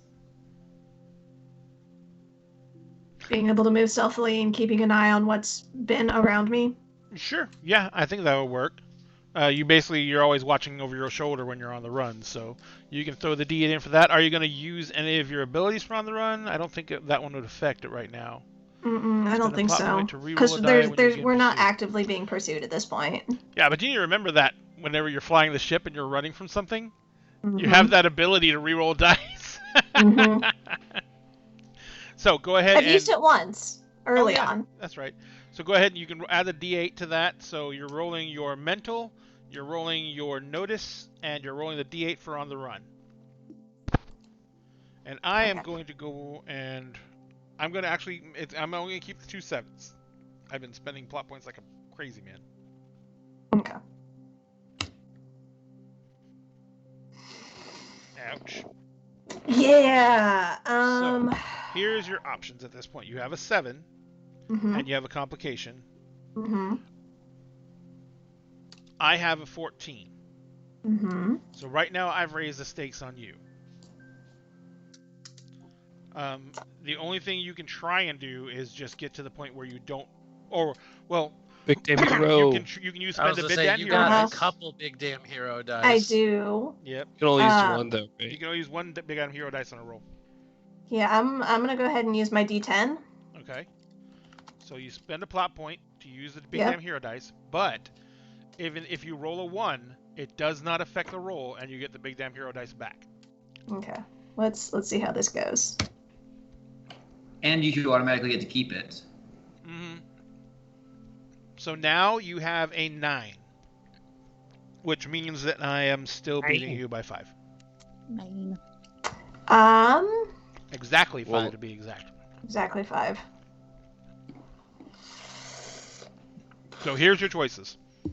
At this point, you can spend plot points to create a dice. Mm-hmm. You can spend a number of plot points like equal to half the die side. So like 3 plot points get you a D6, 4 plot points get you a D8, and then you can spend a plot point to keep it if you want to. Or if you roll 1s on those, they do count. Mm-hmm. Before Or we go you can any spend further into this. Can I'm technically in this scene with her, Mhm. right? Can I spend a plot point to remove that complication? Yes, you can. Okay, bet. But the complication didn't get added into my total, so she still has a complication herself. No. Yes, but I want to take away the one that was rolled. Yeah, so I'm still beating her by 5, which means I can still throw another complication in. So you've taken away 1, but there's a potential instead of 2. Yeah, exactly. Instead Right. of 2, I would Right. like 1, please. You got it. Is Okay. there anything I can do to help on that one? Check your sheet and see if you have any abilities that would help her out in this. But no, sorry, you're going to be lending dice to the captain for his role, so you can't lend dice to 2 people. So Okay. because you're the captain's in there cutting in the vault, and you're in there with him, so you're like handing him tools, moving things around. You're helping him out. Jude, the other thing you can do is you can spend a plot point for a temporary, not a temporary asset that would help you out in this. So like Right. you can spend a plot point and say, well, I had night vision goggles on me. Right. Yeah. Captain Caffeine is making an offer to see if. Don't say it out. Don't say it out No, loud. don't say it out And- loud. No. But he's making an offer to see if you'll negotiate with him. Also, could I have given her my gun? Because She has a gun. Yeah, I've got a gun. But what I can say is, what I'm saying is, she can spend one plot point, buy a temporary asset of night vision goggles that she says she brought them with her, and then she can have a D6 to roll, and then she'd spend another plot point if she wanted to keep it. It's a much cheaper way of getting a D6 than spending 3 plot points to get a D6 and then roll it. okay. Yeah, And he's right. He is our patron. Come on. If you know what, Captain, if you want to do that, let's say 1 for 1. Oh shoot. I will go ahead and create that asset. All right. So you're spending a plot point to create the asset. So all you gotta do is roll a d6, and then if you you rolled it before I could see. So that's a 4. So That is with a what 4. you have, you have a grand total of what now? 7, 8, 9. So now you have 10, 11, 12. A 12 means okay. Oh Wow. man. So he did Wow. it. So you have a 12 plus the 4 is a 1, 16, 2, 3, 4, which 5. is now beating my roll by 2. However, Captain Caffeine has bought 5 subs for 5 different people, which means you get to add 5 to your die roll. Holy Your shit. total. Okay, so I have my 7 plus 2 is 9 plus 4 is the 13 Mhm. plus 5, which takes it up to the 18. Yes. So now you Okay. have an 18 versus my 14. You didn't get enough to beat me by 5. Mm-mm. But it's a success. I'll it take, is a I'll take the success. success. Wait, can we bless her to roll a d4? Don't do it. It doesn't. It does. It's not worth it. It's not worth Trust it. me, It's no. not worth it. It's not worth it. Trust me, it's not worth it. Right? You know from personal experience. So there we go. So we have the total now. You've beaten the success. So you're sitting there and you're kind of sitting by the back door. There's some bushes and you're kind of crouched behind them and you're kind of watching down the street. You've gotten yourself in a position where you can see both down the street, Main Street one way and down the Main Street the other. As you're sitting there, you see that there is a gentleman who is moving down the street. He's walking with purpose. And he is coming straight towards the bank. And from what you remember of the map of the town, he bought you a +1, so now you're beating it by 5. So now you're beating it by 5. So now you have a raise on it. So now you have a complication out of this. But he is coming down the street with purpose. He has a long rifle slung over one arm, kind of like, he's kind of like resting in his arm. And you see he's kind of got his both hands out. He's carrying a gun, and he has a pistol out. And he spins the chamber. He snaps it closed. He dumps the pistol back in the holder. He has a long rifle out. He cocks the rifle, and he's walking straight towards the bank. So what are you gonna do, Jude? Oh, I have an idea. Since she's beating it by 5, Mm-hmm. maybe there's a distraction that distracts him from coming to shoot you guys. Well, it's basically something she gets to add into her next roll. So Oh. she gets basically bonuses against him because she got the drop on him before he could get into the bank. He got struck by lightning. He got struck by. He's dead. I killed him. Yes. That Do counts, it. right? Yes. I like So- that. I like that a lot. But what are you gonna do, Jude? Who holds a metal lightning rod, holds a gun in the middle of a lightning storm? It wasn't raining before. You guys just made that happen. Yes, we did. So, what are you gonna do, Jude? Can we? I don't know. I can't control the weather, so I don't know if having a thunder or lightning or something nearby to distract him, or to start a fire over a couple buildings down the way would be feasible. Now you remember you did set up explosives outside of town before you came into town as a distraction from when you're making your getaway. You were actually thinking about doing it around the house of de Bijac, but you guys decided that was too risky. Mm-hmm. Before he gets an earshot, I do let Captain Kelly know that we got company incoming, and that I'm gonna go ahead and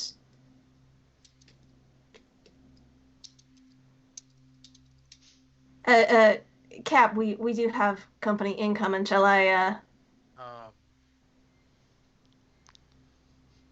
pull that trigger a little bit early? It's actually a lot early. So Yeah. So he is coming directly to the bank. And he is visibly and obviously armed. Visibly armed. By the way, Josh, you're really It's quiet. a great leap of logic to say that this would be the sheriff of the town. It's coming from the direction of the sheriff's office. And he's if I remember right, and it's been a couple of weeks, he's not against us, but he can't actively help us either. True. He would try to arrest you, or he would try to arrest you. Now, he's not supposed to be coming up and actively trying to stop you. But if you guys made a big scene or you botched it somehow and people saw you and started calling it in, then yeah, he's going to act just like a sheriff would. Mm-hmm. But he actually actively knows you're there. That was obvious. That was always going to be the part of it. He's in on the plot.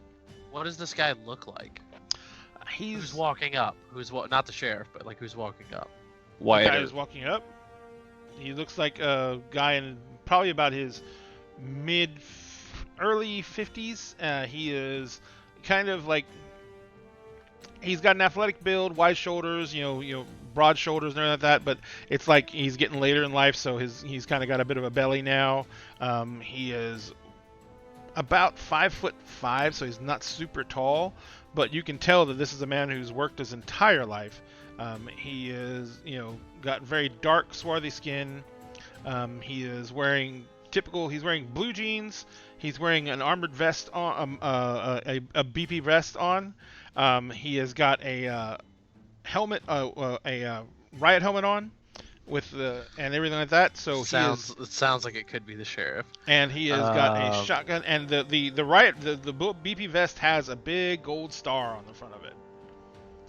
Oh, son of a bitch. Yeah, He's wearing boots, and the boots have spurs, and they So if Jangle, Jude, jangle, jangle. if Jude relays that information to me, like telling me what he looks like, then I'm gonna answer back, no. We are not shooting the sheriff.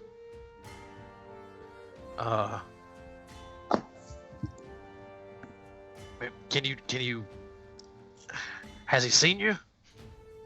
I don't think so. Has he seen me? You don't think so, but let's go ahead and do this since we're at a nice, tight, and in dramatic portion. Let's take a 10-minute break. Oh, yay!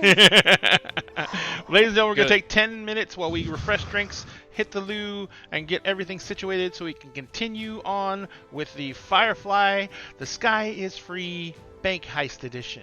We will be back in 10 minutes, guys. Thank you so much. We'll be right back.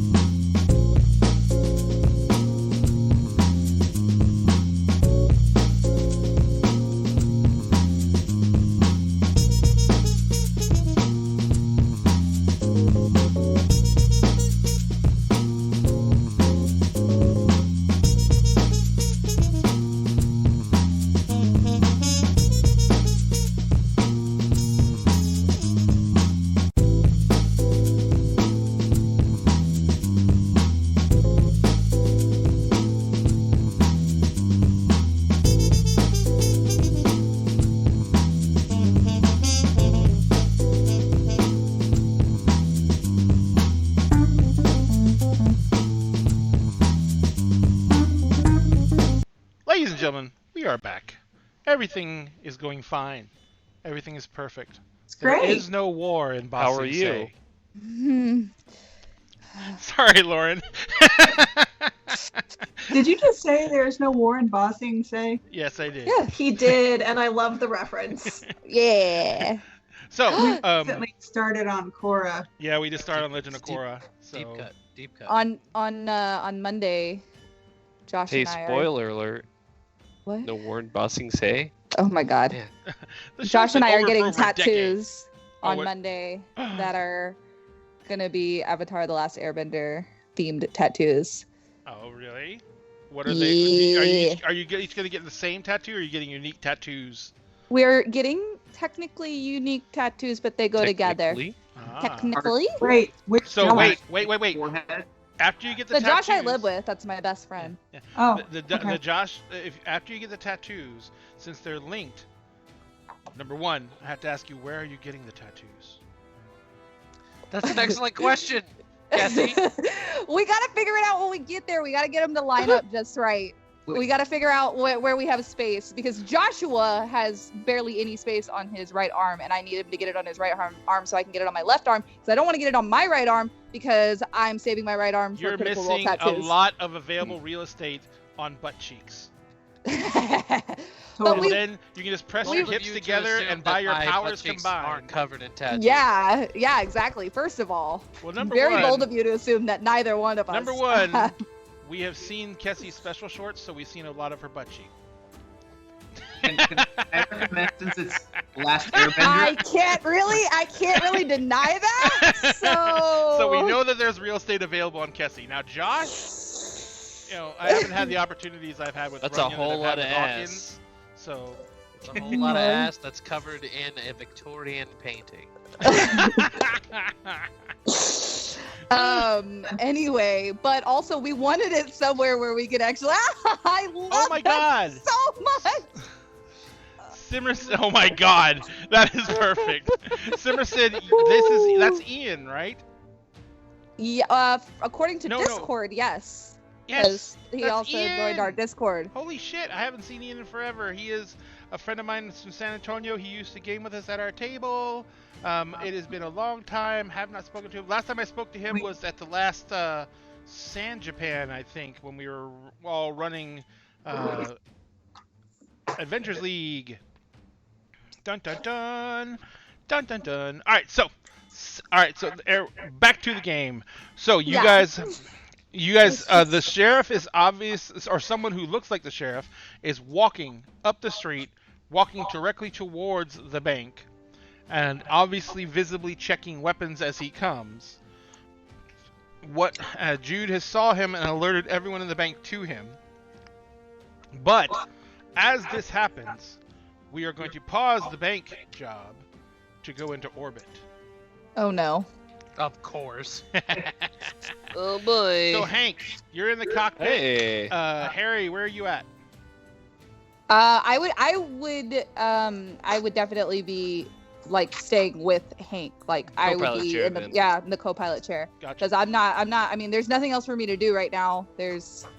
I'd rather be there and being able to know if there's something going on. So. Gotcha.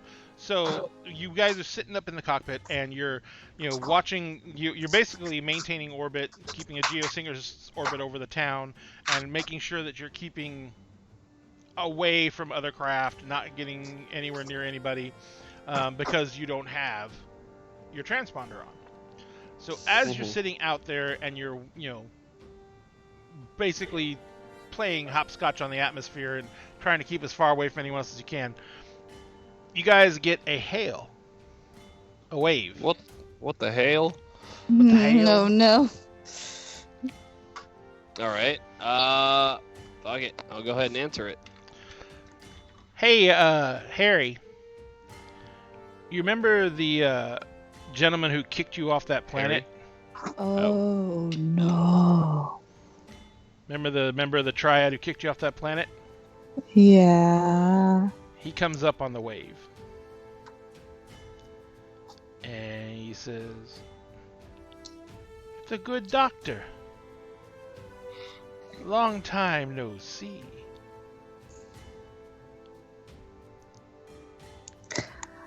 I have a question out of character real quick. No, never mind. I do actually know the answer to that. Okay. I couldn't remember because originally when I left the planet, I did not know that he was wanting my medical supplies. He never told you that before he kicked you off planet. He never told me that. He told the captain that. But I believe, if I remember correctly, when we were talking about going back to the planet, or like the first time, he did end up mentioning it to me, and that was one of the reasons why we decided to not go there. He did eventually tell me that he was trying to get a hold of my medical supplies. Oh my God, no, stop it. God damn it, Caffeine. So he kind of looks at you. So and he's I like, do know that. Okay. Yes, you That's know. all I Oh yeah, needed to know. no. You know that this is the guy who was probably running that planet, and he was the one who was kicking you out. Yeah, and we were supposed to meet up with them, and then we just bailed. Yes. All right. You ran. So he says, so we have, of course, a situation that has gone on far too long. He says, the Triad has been very unusually merciful. And I think that's because you touched a lot of our hearts when you came down to one of our planets and tried to set up free care for our people. So you were given a lot of leeway. And let me tell you, it's caused me no small amount of discomfort. However, I've finally thought of a way you can repay us, and we can settle up, and it won't cost you any of that special stash you have, and it won't cost you any real losses on your part. And of course, when I say this, I'm also referring to you, Mr. Parrish, and your brother. And the fact that you all crawfished us on the last time we were supposed to meet up and do the exchange. So you're just about as in debt as the good doctor is. Well, you know what they say, family, but that's besides the point. What is it you want? He says, you're on a job. I mean, we're just hanging out on the ship right now. Yeah. No, you're on a job. You're pulling a bank job right now.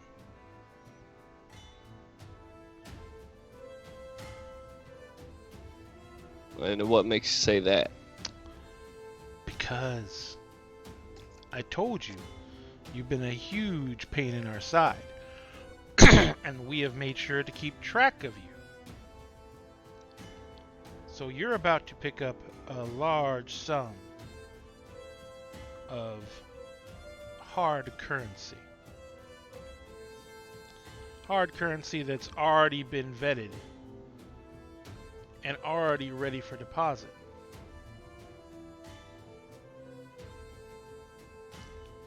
We want to make sure that you get that money off planet.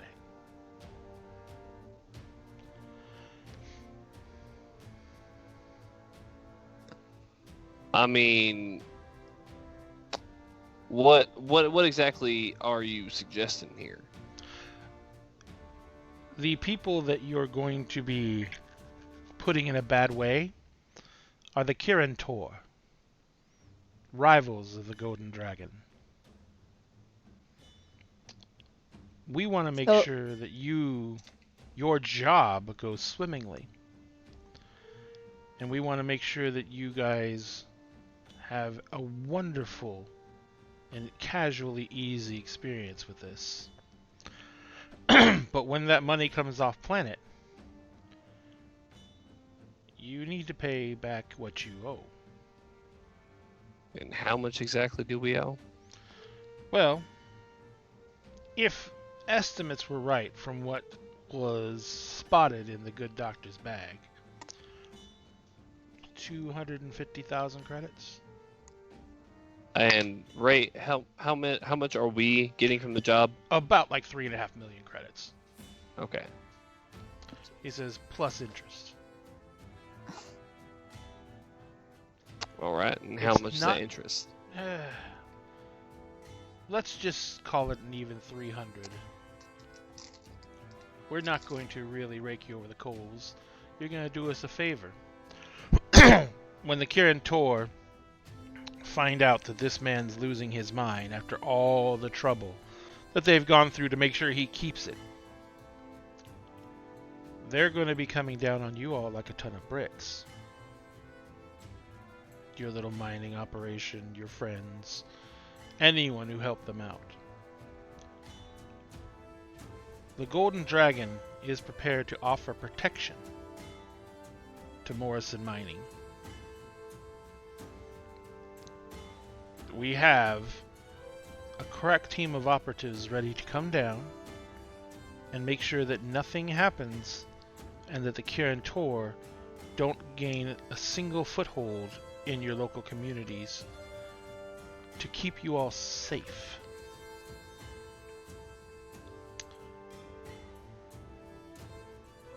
Let's just call it an investment. I'm saying, and I'm assuming you're very kind people, I'm sure, but I'm assuming you're not going to do this out of the kindness of your heart. We'll have a percentage. You know how things go. It says, but the biggest thing that we need to see here happen is that the Kirin Tor need to have come away from this with a black eye. He says, your local sheriff down there is a smart man.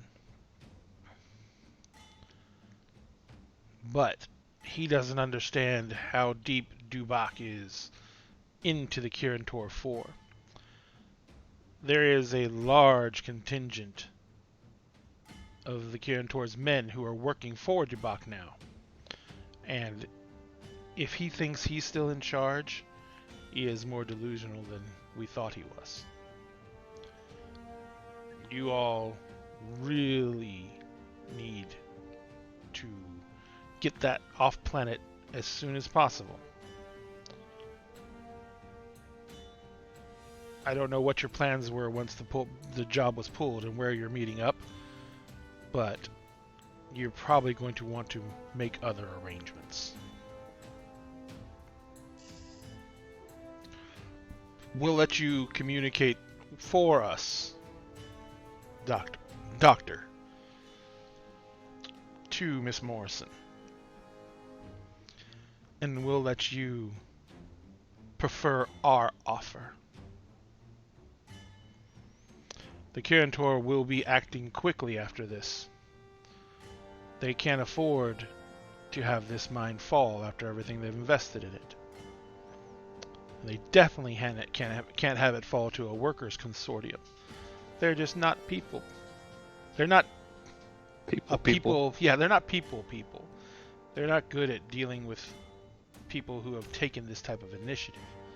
They're much more heavy-handed than the Golden Dragon are. We understand that people can handle their own operations as long as they understand where the protection for those operations functioning comes from, and pay accordingly. So, just wanted to let you know we're here. We're literally here. And as soon as we get the go-ahead, we'll move in. And as soon as we find out we're not getting the go-ahead, we'll have to move in anyway to protect our assets. I'm so pleased and what's the word I'm looking for? Thrilled? I feel well, more like I'm very touched that you consider us assets. We're talking about the mine. I know. Yeah. That I'm not going to quit my day job, I promise you. All right. Let us Give us a moment to have a discussion We'll get back to you. I don't think that'll be necessary. And he winks out. I just turned to Harry. I was like, all right, let me handle this.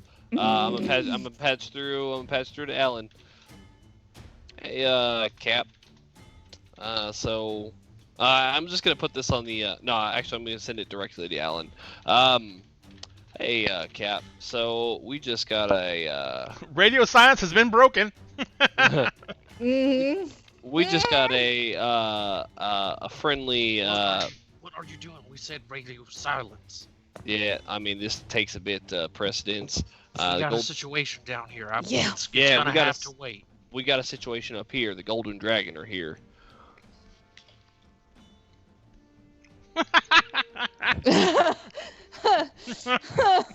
You can just hear Harry in the background being like. So there is a there is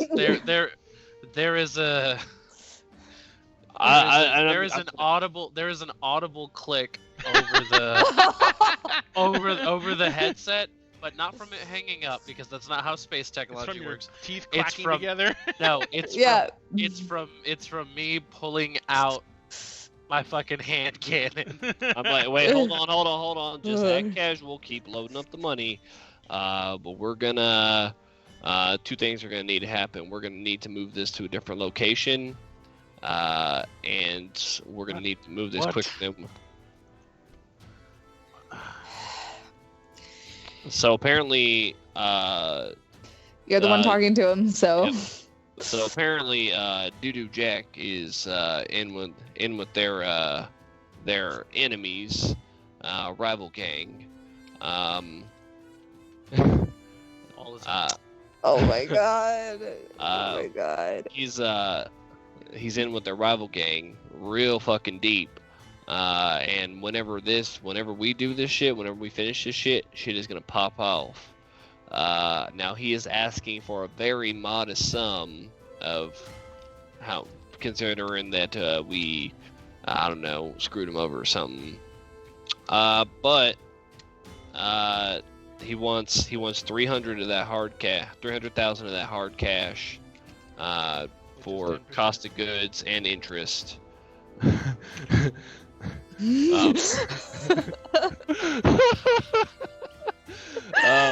that was really good. That was fantastic. This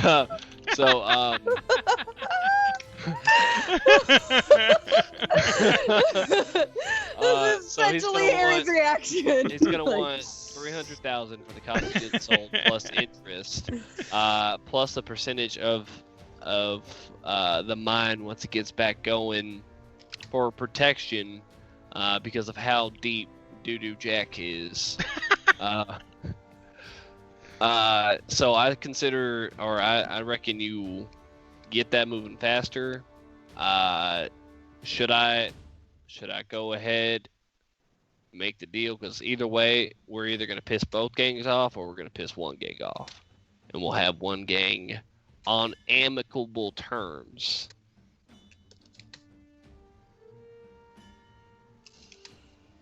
It's never just. Yeah, I know. It's never just a job. You know, it's never. Yep. It's always some bullshit. So Lauren, or sorry, Jude, as you're sitting there at the back door, you kind of like you stuck your head in. He's like, "Well, what are we doing?" You know?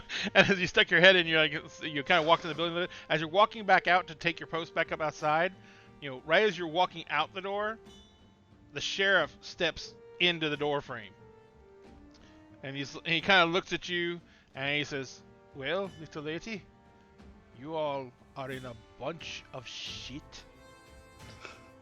He's like, "Get the fuck inside." And he shoves you inside. He goes to shut the door and he sees the locks cut off and he's like, "Don't you guys have lockpicks? What the hell?" I'm still cutting. How am I supposed to lock this shit? I'm still cutting at the door and I look back at him. He's all the way around the other side. You can't see him from where you're at. Okay. Well, I hear. Yeah, him you hear someone yelling at Lauren. Jude. I hear him and I call back. Well, maybe if we'd gotten some Goram keys, Mister, I'm in on it.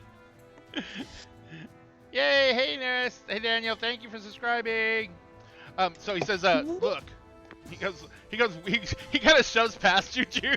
You're kind of sitting there with a pistol out, and he just like shoves past you, and he's like, look. This was not my idea. I did not approve of this. I do not agree with it. I think it's insane. He says, but we're going to do this anyway because this is what is happening. All right? Now you need to calm the fuck down and cut that goddamn safe open. He's like, I am cutting the damn safe open. He's like, and I'm still like going at look, it. Dubrock has a crap ton of those Kirin Tor assholes, and they're coming down here right now. He says they know something's up. He's like, I'm going to go get up on the roof and start laying fire. He says, I've had my deputies start fanning out on the edge of town to slow them down. He's like, but there's too many. I've got 5 fucking men. How am I supposed to hold off a small army? He says, there's too fucking many of them. He's like, you need to get that shit and get it out of here. Where is your ship? You're supposed to have a ship. Where the hell is your ship? Well, we were trying to be discreet. And a ship, right? You know what? And I look to Kelly and I say, congratulations, you get to shoot some fuckers. And I look to Jude and I say I'm wherever, just you stay safe. He's like, I need you to fly us out of here. He's like, Kelly, kill as many of the other people as you want. Whatever. Fuck it. We're already chin deep in this horse shit. So I'm gonna get this door open. You are with the sheriff. Jude, I'm gonna need you to help watch my back. Make sure no one comes through the back door, and then when the time comes, we are moving this payload and we are out of here. The sheriff kind of looks around and says, yes, make sure no one comes through the back door with no fucking lock. And he turns around, he storms out of the building. I glare at him with my one good eye. You see, he goes around to the side of the building where the ladder is to go up on the roof that has that little lock on it with a big metal thing on the side to climb up. He pulls out the thing keys and he's like, keys, my ass. What the fuck? He unlocks the lock, opens the door. And I'm working on the door. I'm like, fucking professionals. He starts climbing up the ladder to get in the room. Why didn't you pick the locks? Why don't you give us some damn keys? So, you guys need to do the roll for cutting into the safe.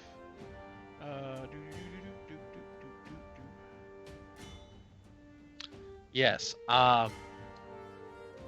I have mine set up here. I've got my mental. My labor. Then I've got the D8 for the torch, the D6. Am I losing the D6 asset for the thunderstorm? No. At this point? Okay. No, it's still the same scene, so. And now I am adding my lucky dog tags for sure to it. And your D8 for the. Oh hey! God! I'm buying it that. again.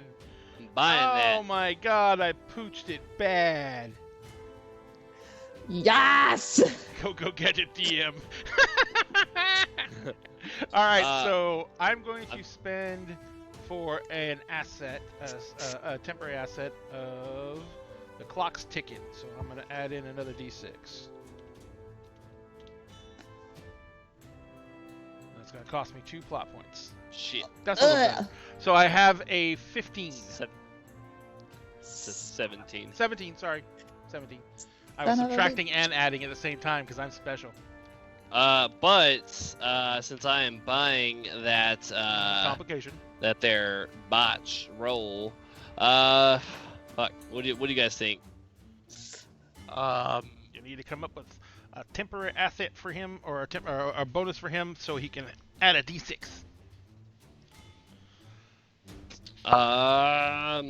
Let's see here. Let's just say he's That works in the better zone under now. pressure. What if it's last minute notice? Right. And it's taken them a little longer to scramble all their boys. Oh wait, what if it's I love pressure? Under pressure. Oh, Jesus, no! Diamond in the rough. So what are you guys gonna do? You just need to come up with a D6 assets, temporary We're assets gonna you can use call for it- this. Thriving under pressure. How about There you that? go. Yeah. That's good. Yeah. All right, so you have I another like it. D6 to add to your roll, sir. But while you're rolling, you have to say dun dun dun dun dun dun dun dun dun dun dun. Why? Because it's amazing. That's why. No, you don't. That's Know gonna why? be stuck. Know That's why? gonna be stuck in my head. Coming down on me. You Gonna know, be stuck in my head for days now. Thanks, you guys. Thanks. Appreciate you. So Appreciate I you. have 6 dice in the Appreciate pool, ya. which means there could be a couple of ones. We'll see. 6 Hey, dice. That's a let's lot one. of dice. Only one. Only one. That's a lot of dice, Uh, man. Yeah, so that was a D8 for my mental, a D10 for my labor, a D8 for my torch, a D6 for the thunderstorm, a D8 for my lucky dog tags, and a D6 for my Under complication. Oh my god. So I have a 15. So Don't. I have a 15 with the 8 and the 7. I'm gonna spend a plot point to keep the 4 to make it a 19. All right. Wait, hold on. What if you, instead of doing that, you roll one of your big damn hero die? That way, could be more than a 4. And you're auto keeping it. Yep. But you are spending your big damn hero die. That's fair. But you're getting a. If it's a 1, it comes D12 right back to me. You're getting a D12 back though, so. Yeah, Am I? did. I threw two. There's two D12s in there. So Yeah. Okay. Yeah. Fuck it. now we're learning mechanics. Fuck it, yeah. Yeah. So It I only have took a- us 13 episodes, but we gotta go. Hey. Not quite, but now I got a D12. So what, Uh, that's an Hey. And eight. I So the 8 and the 7 is a 15. 15 and then The 3 plus is is an an 18. 18 and I'm no. And I I'm have not. a 17. And then if you buy the 4, then you beat it by 5. Fuck it, yeah. Then I beat it by 5 and So I'm you gonna spent 2 plot dictate points to do that. Hero. and I'm gonna dictate that can I just cancel out my complication by Yeah, beating you it by can do 5? that. Yeah, done. We let that be a part of the process too. All right, Done. so Done. I perform super great under pressure at this point, and I'm angry, so I'm super focused, and like I'm just carving through this door. So Kelly, remember that whole sniper ability of find a spot? This is when that comes into play. Finally, So you're gonna go up on the roof? Okay.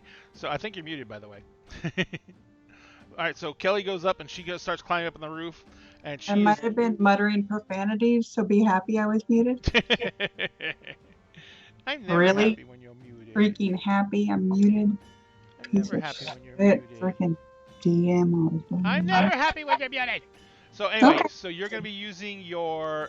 You're gonna spend a plot point for enter the scene hidden in possession to do some harm. Oh, this is a pain in the butt. You can't read it all. What's up, Bubbles? Let me copy it out of here and put it somewhere where you can actually read it, because this. Oh wait. Ba-doop. I'll make it bigger. See if I can read it now. Oh, there it is. Are you wearing your I'm super blind glasses? No. Spend 1 plot point to enter scene hidden and in position to do some harm. God damn it, it still won't let me do it. Oh, there it goes. Take a step up. Take or step up complication. Okay, so you have to take a complication, Mm-hmm. but you create a D8 asset called Sniper's Nest, which you can use Mhm. for all your shots. Mm-hmm. And the complication is precariously perched, which means that basically if anything big happens, like someone comes up and starts swinging at you or something like that, then they're going to be adding that to their rolls for you, because you're kind of like, to get the best lineman in shot, you're kind of like, leaning out over the sign over the bank type thing. All right? So, Mhm. that is done. All right. So, you remember you spent a plot point for that. So, Kelly's up on the roof. You finish cutting open the vault, Captain. You open the vault door. It swings open. Inside the vault, on the main counting tray table on the center of the vault, is a huge stack of Alliance credits. They're still all bundled up. There's a counting machine beside them, and it's basically the counting machine's like stopped and everything like that. You guys brought duffel bags with you to load this up in. This is more than you just looking at the sheer size and amount of money here. This is more than the $3.5 million that was supposed to be here. Oh no! Whatever will we These do? are stacks of 100,000 credit or 10,000 credit notes, and this is a lot more than 3.5 million credits. I mean, you don't even think this is going to fit in just 2 duffel bags. Are there any? Shove it down her shirt. Are there any Jude's bank right there. bags? Shove it down the shirt. Oh, I know what you're talking about. Roll me a d10. Oh, real quick, Junior. Don't call me that in public. Just kidding. 6. Now the world knows he was named after Now the his world father. knows my eternal shame because it's in my email address. But anyway, yes, there is bank bags. Cool. Then Tina Junior. I'm gonna call for Jude and have her help me start loading it up into the duffel bags, and we're gonna load up as many of these bags as we can get. Gotcha. All right, so on top of the building, the sheriff is kind of hunkered down, and he's got his rifle out, and he took off a bandolier of ammunition, and he has got that sitting out beside him, and he looks up at you where you're perched up, and he's like, "I hope you know what you're doing up there." He says, "That's not exactly the best place to be laying down in a shootout." Of course, you at this point you have already gotten out your sniper rifle and you've assembled it. And he kind of looks back and he sees you pulling the sniper rifle up and he's like, "Oh, never mind." So is that mental or physical that I'm using to do that? The sniper thing. The sniper thing is going to be physical. Physical plus your shoot. You can spend the plot point to add in your focus, and then you already spent a plot point to activate your. Wait. You said add focus? You can spend the plot point to add focus. But what I was gonna say is you've already spent a plot point. Hang on, your character sheet's not coming up. Oh, come on. Yeah, I spent a plot point to perch precariously, and I have my shoot and my physical. Damn. I'm sorry. I can't see your character sheet all of a sudden. It doesn't like you. No, I think that's it, babe. Well, what I was going to tell you is, one with the shadows, when you spent the plot point to activate the ability... Actually, let me ask Jonathan this because he's our resident expert. When she spends a plot point to add to the ability, does she also get the D8 to add to the roll? Which one is it?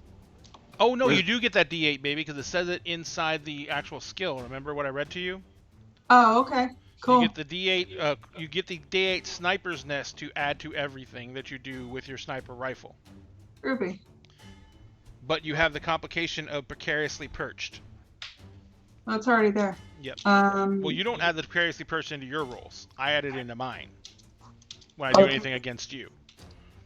So you're adding your physical plus your shoot plus your D8 for precariously perched. And if you want to spend a plot point to add in another skill, you can spend in the plot point to add in like focus for aiming. At this point, as you're looking down the barrel of the sniper rifle, you can see that there is a large number of men coming down from the big house, which is the owner's house. They are riding horses. They are in some hover vehicles. And there's even some motorcycles and ATVs. It's like about 20 people. So what do you? Well, you gotta tell me what you're doing before you just make a roll. No, just making sure I did it right. Oh, okay. That's all. You didn't because it only chose 2 Mm-mm. dice. Yeah, I see that. What the hell? You have no spaces between the plus and the 1d6, and no plus between the 1d8 and the 1d6. All right. So what we're gonna do is they're gonna do this. You are going to. We're gonna be setting up the process as you guys are loading up the stuff into the bags and getting it out into the thing. There's out to the ATVs. It's going to be a couple of rounds of action before you get all 4 bags loaded out to the ATVs, because you can only carry one at a time because they're that heavy. So we're going to do that, and then you guys are going to, I guess you're going to try and make a run for it to get to the shuttle. So so we're going to go ahead and do this right now. I'm going to set the TN for the guys riding into town for you to shoot them. Do D12 for range. But they don't get to shoot back at this point because none of them have guns that can reach from there. 10.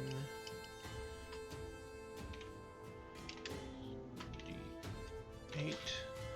Now you do have your sniper. You're using your rifle and you have your perch, so you have all that set up. Mhm. That should be good right there. All right. Oh my God. So you should be able to hey, Cassie, really. you wanna buy one Hey, each? yeah, hell yeah, Okay, let's do cool. it. All right. Fantastic. Wow. Wow. I need a minute. One of those is definitely going to be Friday the 13th, baby. malfunctioning vehicles, Okay. Yeah, for sure. or just a blanket malfunctioning mount. Covers Because the some are on vehicles and- horses. Yeah. Horses can get spooked by storms. Lightning and Yeah, thunder are not necessarily their definitely. friends. All right. Yeah. Yes, Definitely. Fall back, So that'll fall back. take about half of them basically out for a while because they're gonna try and get the horses settled. So now you've gotten it down to where it's just the people who are on vehicles. And then that's where the other complication comes in. Those are fucked up too. Yeah. And how are they fucked up? Shitty vehicles in a mining town, man. Yeah, for real. All right. All that dust in the air. So they Yeah, basically it really settles into those they engines. go to and get really their vehicles fucks. and they Oh try and... shit! Oh shit! Well, You she's missed. still. Why is there a +1? I don't know. Okay, you have to type it correctly. So it is \roll space your first dice, which you did right, 1d10. Is it backslash? I always use /. I guess it doesn't matter. Okay. Just slash in general. slash roll. And 1d10. then you don't have to put the 1. You can just put a d10. Doesn't matter. You can do it either way. So 1d10, Okay. then space plus 1d8, then a space plus 1d6 space plus 1d6. You didn't put that last space in there.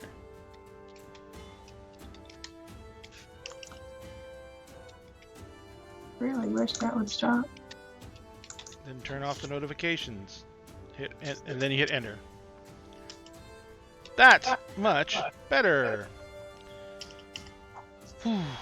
Okay, so well, it's better, but it's not that great. So you have an 8 starting. I only have a 7. Either way, I beat you. Fuck off. Yes, you did. What you're doing is you're looking to make them take cover and go to ground. So as of right now, you basically you capped off your first shot. You basically took off one of the motorcycle riders from the beginning that was coming out, the lead guy. The guy who was ahead of everybody else. That I was was my gonna say, fault. hey Jess, if Jeff wanted to spend 2 plot points, you could what's it I called? did not. Well, I would say if you want to, you can add the other 2 and beat it by 5, But I don't. and then what? But I don't. Anyway, what else were you saying, babe? So I'm saying that what he was saying was you spend 2 plot points, you beat it by 5, and you get to raise the stakes, which is part of the mechanics of the game. And if you which raise you the stakes, do want to do. Happy for plot points though. where'd you spend all your plot points? They reset at the beginning of Of every every game. episode. Yeah. So I have Yeah, two. you should. So No. you should have the. What's your highest stat? Lowest. What's your lowest stat? I'm sorry, Lowest. not your highest. Your lowest attribute. My lowest attribute mental- is a 6. So you have 6. Yeah, so you always have 6 at the beginning of the show. Well, I know I just spent one of them to do this. Yep. Just do the So you have perks. 5 more. And then you have. Dog So dying. if you spend 2, then you'll have the full 13. She wouldn't be beating me by 5. Yeah, she's already beating you by 1, and then it shows she adds. Oh, 7. I have a 2 7, not a 9. I don't know why I Yeah. thought that. Yes. So you, so you basically, but you don't have to roll anything. So you'll be beating me by 5. Unless she had a D6 big damn hero die, and then, you know. Do you have? Yeah. a Do you D6 have? big Do you damn have hero? any? Do you have any big damn hero dice? Yeah, I do. Which one? You'll do those stay with you? Yes. Yes, yeah. until those, you use those them. until you use them stay with you. Yeah. I mean, I feel like on every roll Which she's one? done, she's beaten it. Are you asking which episode it came from? No. Just No. what dice? What type of die is it? I don't know. Is it like D8 or D6, a D10? D8, D10, You're yeah. supposed to mark it on your sheet or write it Yep. down when you get one Oh, because you have to know what D8. type they are. A D8? Uh-huh. Okay, so you can roll a D8 for 1 plot point and add it to the total.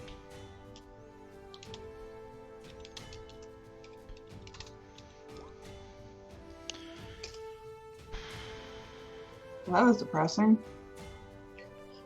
Well, I mean, she could still, buy that D3, so she's still saving herself some plot points. Yes.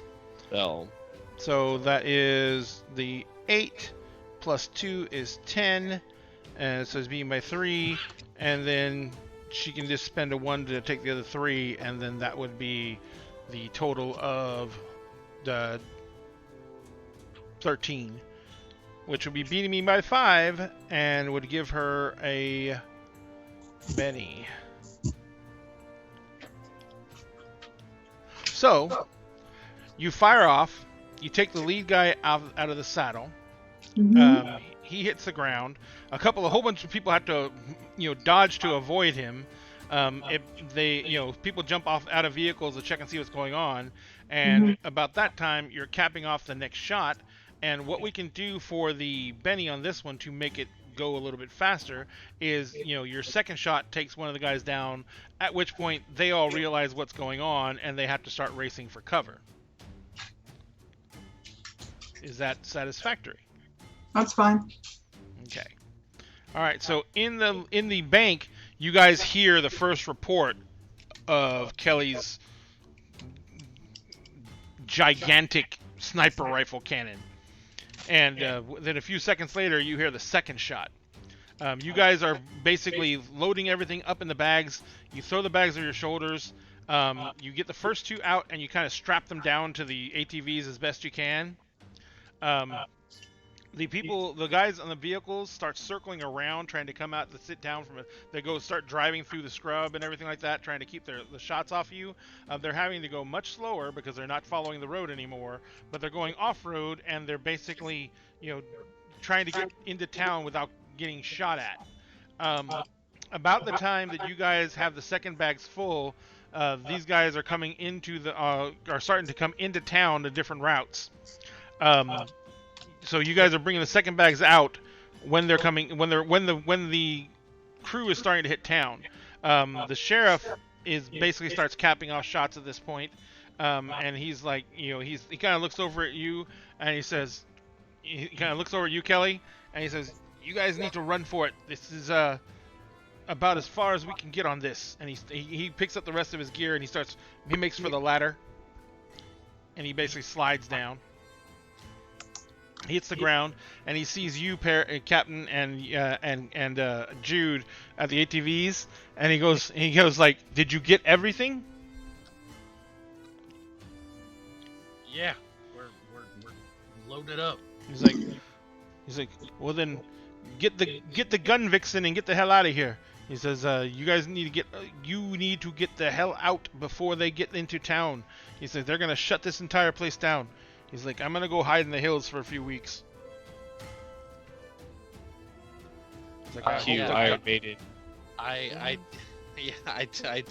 turn to Jude and help her finish strapping down the last of this, and like Kelly, did you follow him down the ladder? I buzz Kelly and tell her we're leaving. Let's go. Okay. All right. So Kelly comes down the ladder, and you guys hit up on the ATVs and start heading out of town.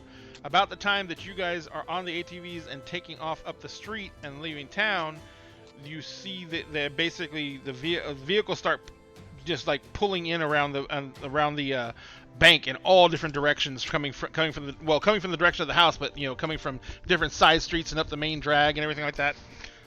And people start running into the bank and looking around and everything like that. A couple of them point at you guys as you're driving up the street, and a couple of guys on the motorcycles start giving chase. We are going to cut from there and go over to Baden. So Baden, when we last left off with you, you had been doing a lot of research. You were trying to get information on the family and you're trying to get information on who Bobby had been accused of actually killing.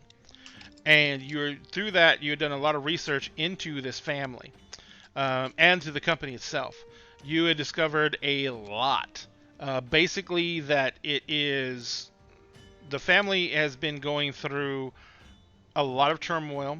The husband and wife were barely hanging on to the relationship. It wasn't even really a relationship of anything other than convenience and financial arrangement at this point. The assets for the company were left to her children, not to her husband. You discovered that there was at least one member of her board that did not like her very much. And so you've got a lot of different suspects. You also discovered that Dante Hardgrove, the gentleman who had it in for Bobby, was pretty much being played by someone. Because he got in over his head way deep. And that he's missing. So that was basically all the information you had gathered while you were trying to figure out what was going on with the entire situation. So you now know that this is very deeply embroiled, that someone probably used Dante as a convenient piece to have all this happen. So what are you going to be doing about it? What is your next intent? So my first action is to use that encrypted correspondence to be able to send a message to Alex and let her know that Dante probably is not alive, and that the old connections that the company had seem as though they may not have ended, and this appears as though the reality may be that it was a power play amongst the organization, and that it may not even be about who stood the most to benefit in a will.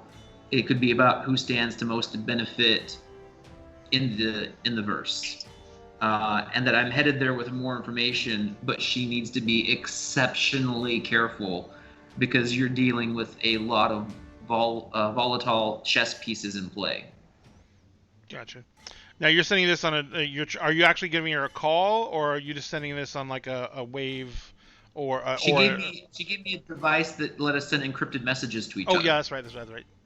All right. So after a few minutes, you get a message back, and the message basically states, so she states that yes, she completely understands. Things are not going exactly as she planned on her end either. She is very concerned that she may not have a way off planet at this point, and that she is feeling like she is being herded somewhere. She's been losing safe houses left and right, and she is literally just trying to get off planet because she doesn't feel safe where she is anymore. So from the information you gave me before, we were going to this planet because that's where Bobby is, or because that's where we need to be to try to prove him innocent? Both, because that's where Bobby's being held, and that's where, it's a planet where the corporation is based. So it's where their home, the Bobby was there, and he was there seeing the client there. This was the place where everything has been going down. This is the place where Bobby is now being held by the local magistrate. He's basically bound by law and being held for trial. The trial, as you found out, is not supposed to happen for another about 2 weeks, which is quite longer than normal, especially in a capital murder case like this. But there has been, a lot of press on it, and this has been something that's been very high profile. So they're basically you from looking at the local papers, it's very apparent that the local version of the district attorney is using this as a spotlight case. He is trying to drum up as much media presence as he can, and he's really, really pouring it on press conferences and everything like that. So the trial is taking longer to get to court because he is creating a media frenzy around it. Okay, I'm going to message her back and ask her, I know you're losing the safe houses. Do you have any safe harbors left? If we're going to help Bobby, I need to be there, and I need to know that there's going to be some way that we can move on that planet in a somewhat safe manner. How bad is it? She says the local Leos are not cooperative. She says there is a very big push to have this trial over and done with. She says, I do not feel like this is in our wheelhouse anymore. She says the biggest issue is, and then it's like the message it's like somehow the message got hit send right at that point, but never got completed.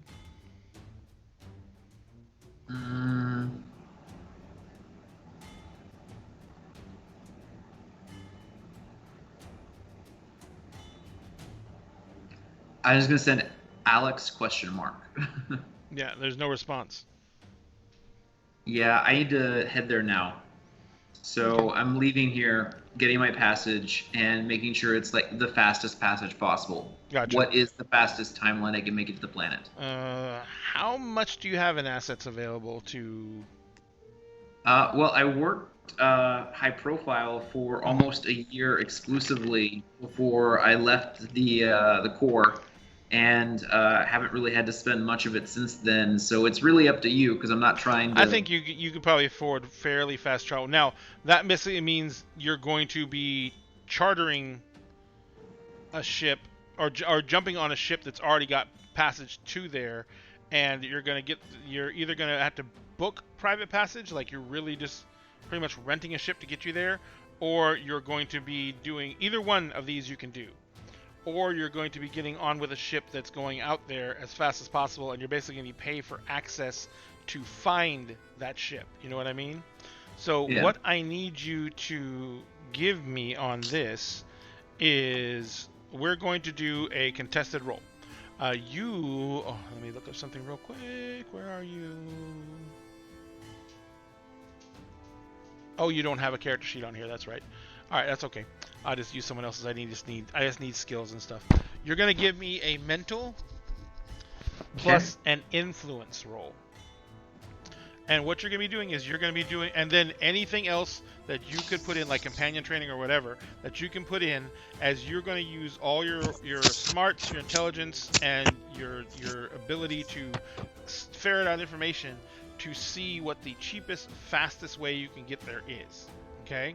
and I am going to be giving you an opposing roll based on the difficulty of doing this and the expediency that you want this done at.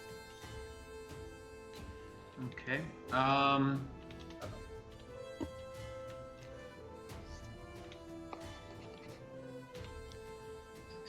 All right. Oh, I did it wrong too.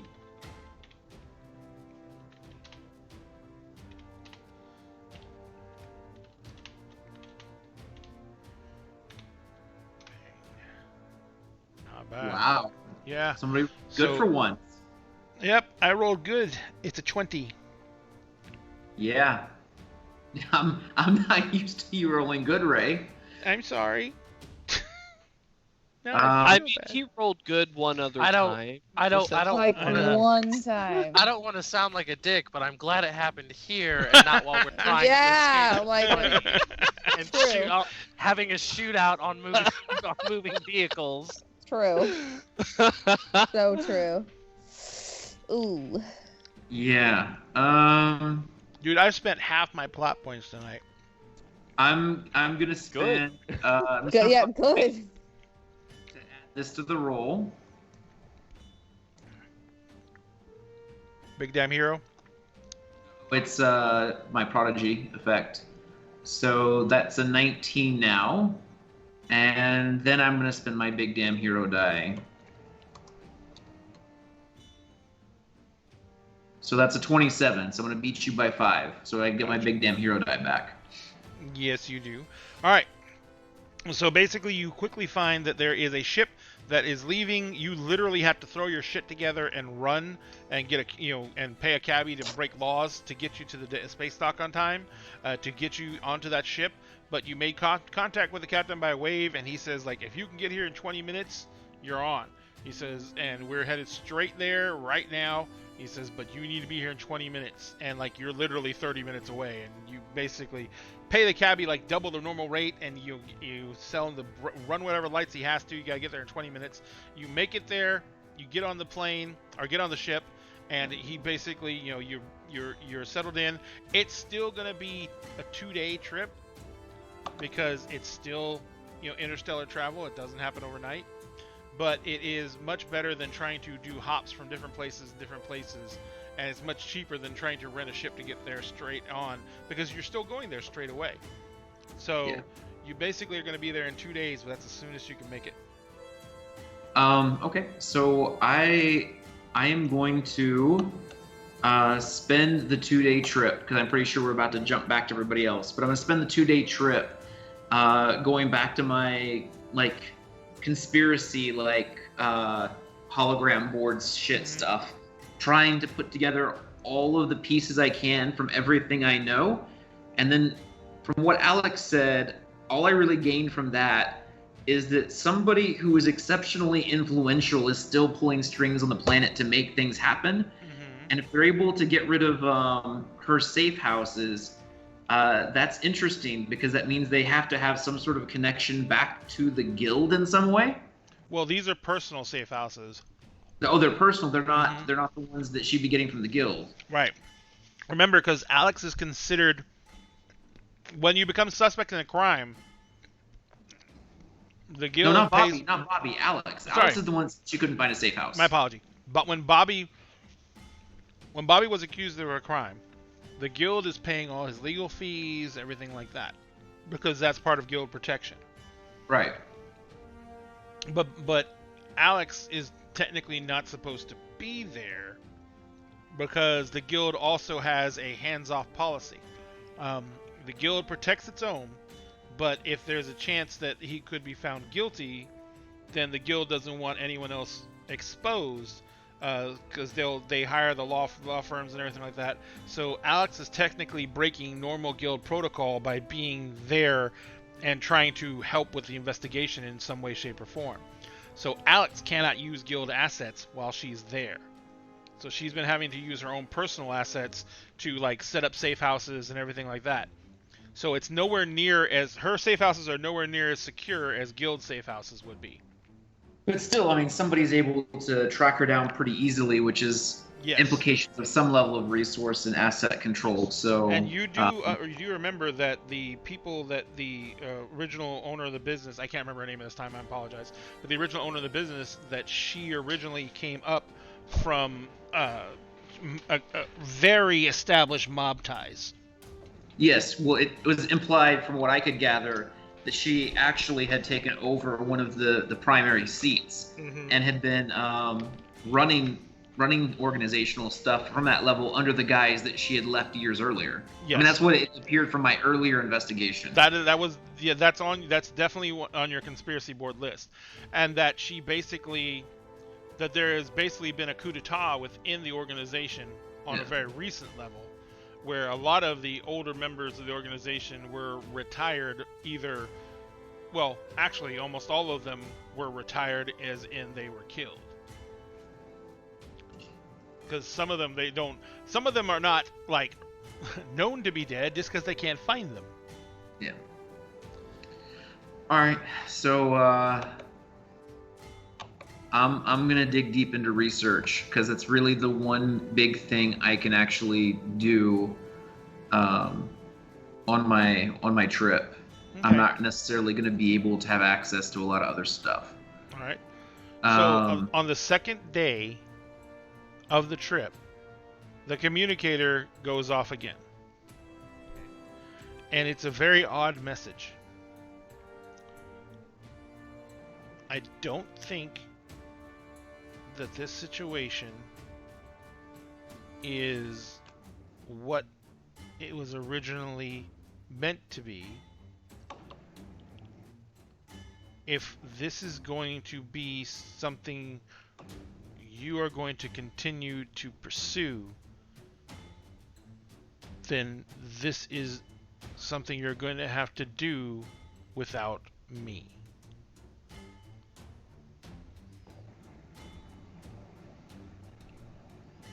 I'm just gonna send a question mark because I'm not even sure if she's sending the message freely or under duress. Gotcha. And then if I don't get an instant response to the question mark, then I'm gonna use like a previous scenario that we had in companion school as a way of sort of asking in a more subtle way, you know, like if it compares to a certain situation that would give me a better idea of whether she's backing out under duress, under her own free will. Like, does that make sense? Where she could respond in a way that would not give away to somebody else the answer. Gotcha.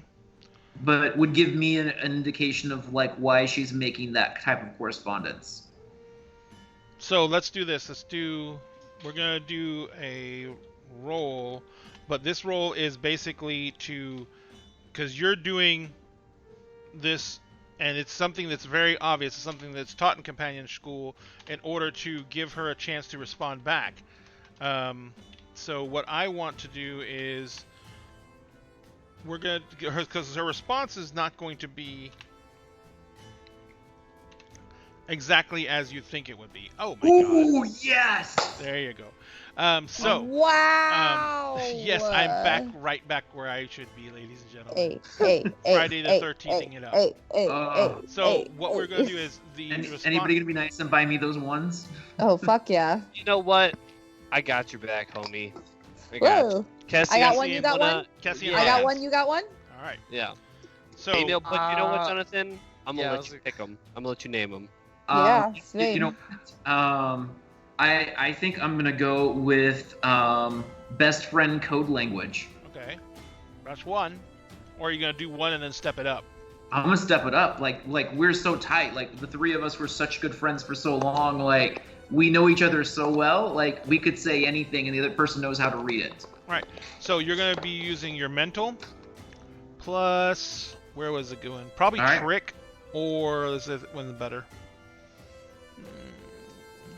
It wouldn't be sneak, because that's more physical. Question: if he gets a complication, does that mean that it just didn't translate through text? Oh my god. So your mental plus your trick plus anything else that would help you with subterfuge or, you know, basically anything that would help you to get this message clearly across to her and get and be able to interpret what she sends back. Can I use my notice because I have a specialty in psychology in it? Oh yes, absolutely. All right.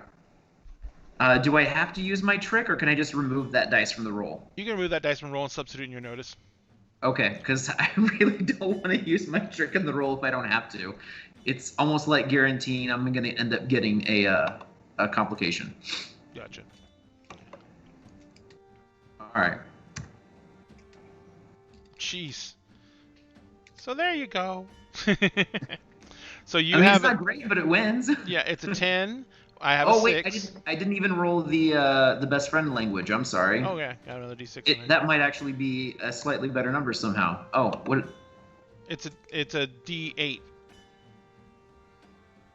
But I did put a space between / roll. That's what I did wrong. Okay. Like, what did I do wrong? That's okay, good. so that's actually 12.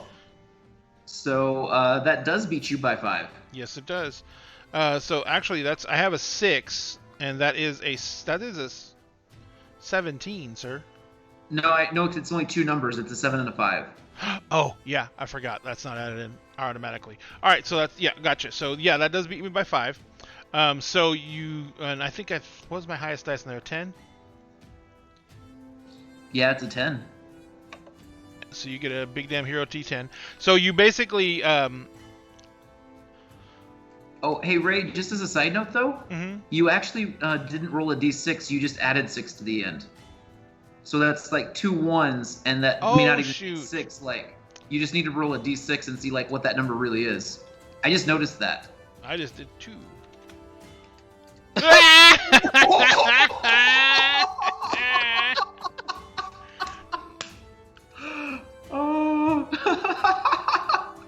Oh, this is going so well.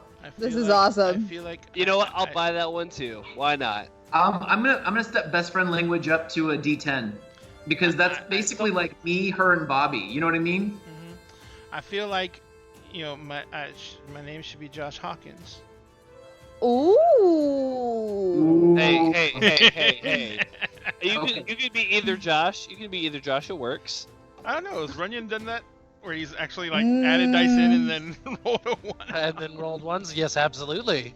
But you know what? It's probably Wait, better if you do. I'm now an because it's official just- Josh. Okay. Hey. So So you I'm- you gotta change it on Skype. Then it's official. I'm That now is beating awesome. you by Brotherhood. 12. Mhm. So I'm gonna It step stays up beware best tape. friend language to a D12 now. All right. So you send back a phrase that for the most part means, are they making you type this? She sends back a very oddly worded sentence, a very odd statement. She says, and the phrase you said is, basically, it's something along the lines of, "Are you sure? Are you all right? Is this really what you want?" Which, but the way you stated it, and it basically means, are you being forced to do things against your will? Yeah, like it's part of our old code. She replies back, and she replies back with, "It's not what I want, it's what has to be," which is the code for "this is not what it seems." And then she replied back with the you need to be careful and watch out for you now, which is not any code you normally use because that's very direct. So, but because you rolled so phenomenally, you realize she is basically indicating that they may already know about you.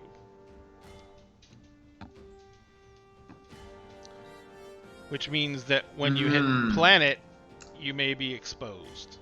Which also means they may have been torturing her for information.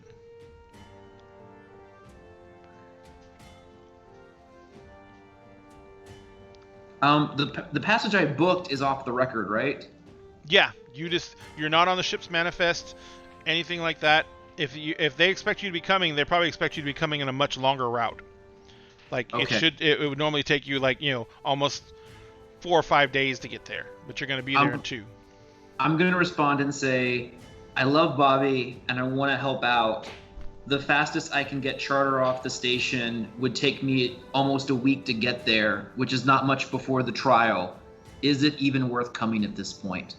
She just And I'm going to do it sort of in the code so that she can kind of read that, like, that's not exactly what I'm really saying, but I'm just doing it for lip service. And it almost instantaneously, it is one word answer, no. Okay.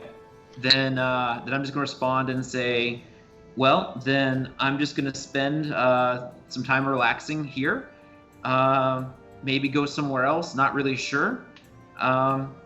Maybe I need to go back to the guild. I got to figure that out, but I wish Bobby the best, and hopefully I can meet up with you soon. She responds back with, that would be the best outcome possible. And she responds back with, that would be the best outcome as one line, and then possible as a second line. Do I know what that means? That is basically the word possible in used singly and by itself in the old code means the exact opposite. It means she doesn't think she's getting out of wherever she's at. Okay. So then I'm going to send her another message, and it's gonna be 2 emoji-like icons. I just imagine we've got to still have emojis in the future, right? Probably, yes. So I'm gonna send her like a picture of like Mai Tais, and then a picture of the beach, and then a question mark, because I know that we have to have some sort of code where she can respond in some way that might give me a clue as to where she's being held, but sounding like a vacation. There's actually no response. Ooh. That means they don't want her talking anymore. That means that someone's probably reading over her shoulder and is getting really confused by this weird conversation.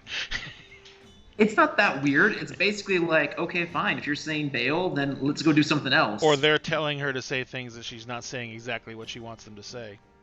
Yeah, she's changing it up just a little bit, and they're getting frustrated with it. That's totally understandable. Okay. This is frustrating. All right. I am still headed there, obviously. I am going to try to find her and figure out how to help her. Mm-hmm. And now I got to help her and Bobby, and this is just getting worse and worse. Is there a way to send a wave that won't give away the fact that I'm actually on the ship? Like, or if I send any wave, would that end up helping them figure out that I've already left the station? You can actually send a wave from the ship and you can pay the captain off with like the captain's wave ident. Okay. Or one of the crewmates' wave idents, so it's not your ident that's being sent. And since they don't know you're on the ship, you're not on the manifest, then it would basically be nothing Okay. to clue them off, you know what I mean? But then the second question is, would they be able to track waves that are coming into the Borealis? Because they might be tracking communication with the Borealis, knowing that at one time I had been part of that group. Borealis' transponder is off. Oh, you don't know that. Yeah. But my question, though, is like... There is ways to track waves, yes. There is ways to track waves to ships. Okay. And then I can't really necessarily do that either, because then if I tell the Borealis is what's going on, like that, they may also figure out where I'm at. The only thing you can do is, I mean, you don't know.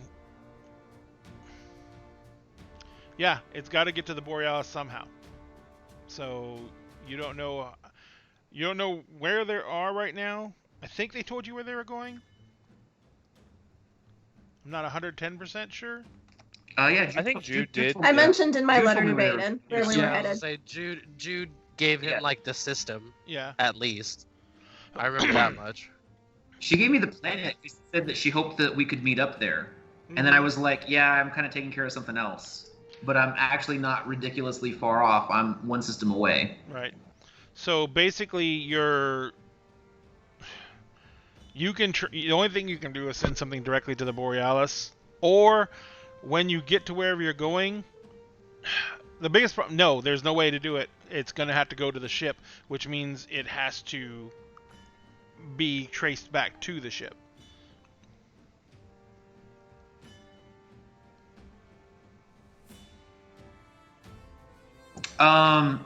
Is there like a service that's almost like Western Union in a way? Like, can I use one of these crewmates' IDs to send something back to like the station, and then the station's Western Union effectively like sends the transmission to the Borealis?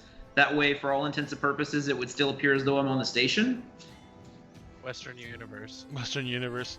You might be able to talk to one of the crew and see if they have a buddy somewhere else who could send it for you. Okay, I'll talk to the crew and see if anybody's got a buddy that's like still back on the station. After a few minutes, negotiating for a price, one of them basically agrees, and they call up a bartender they know back on the station to send the wave for you. And after throwing some cash around, you finally get them to actually agree. She agrees to do it. And so it's going to basically come from the bar, not from her, and it's going to go out to the Borealis.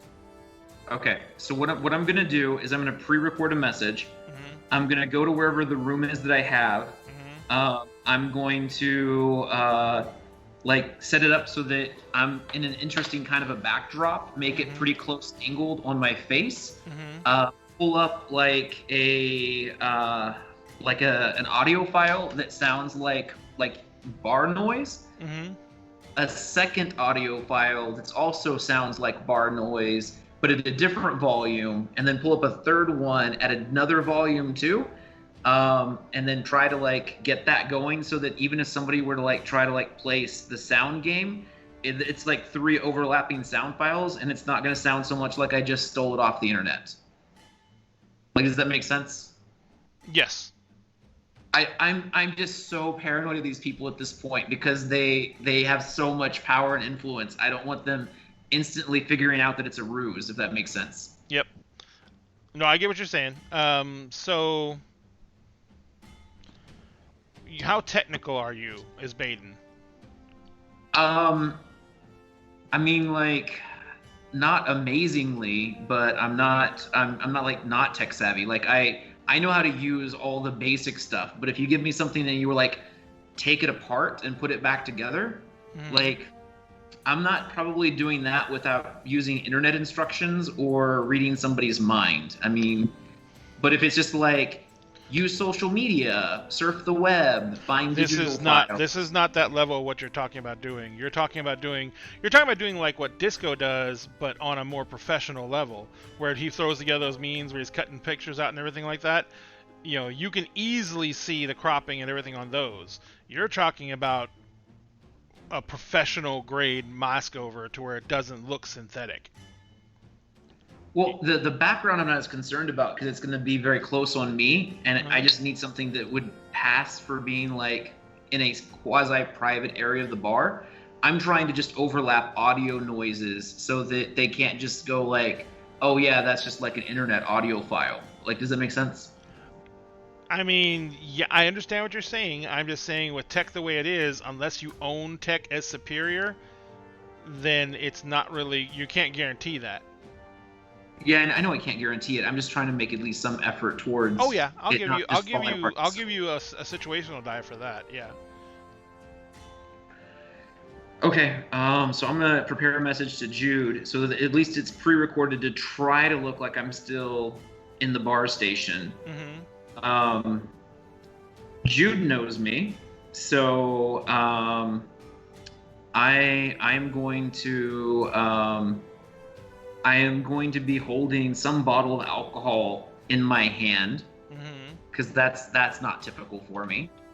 And I am going to stutter a little bit as I do this, and seem like I'm kind of distracted. And every once in a while, I'll just sort of look off to the side, especially if the audio file makes some sort of like noise that's a little bit louder than normal. Mm-hmm.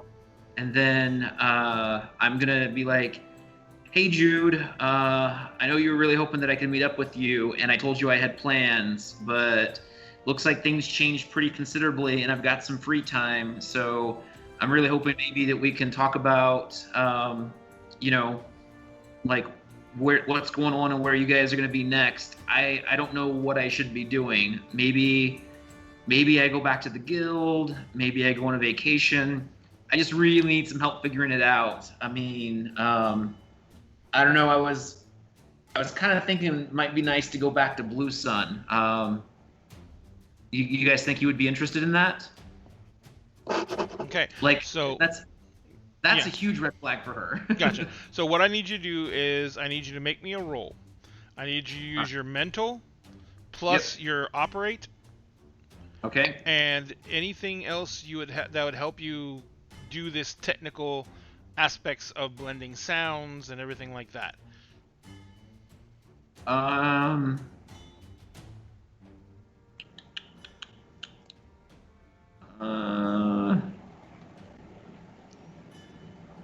I have a 14. Man, that's not bad. Okay, well this is where I'm starting, and then of course I'm not typing anything well today. I'm like totally off my game. Oh, that's not good at all. All right. So I'm not going to bother to buy it because it's just an 8. Are you going to add anything else into it? Oh yeah, I am. So you left it as a 14, right? Yes.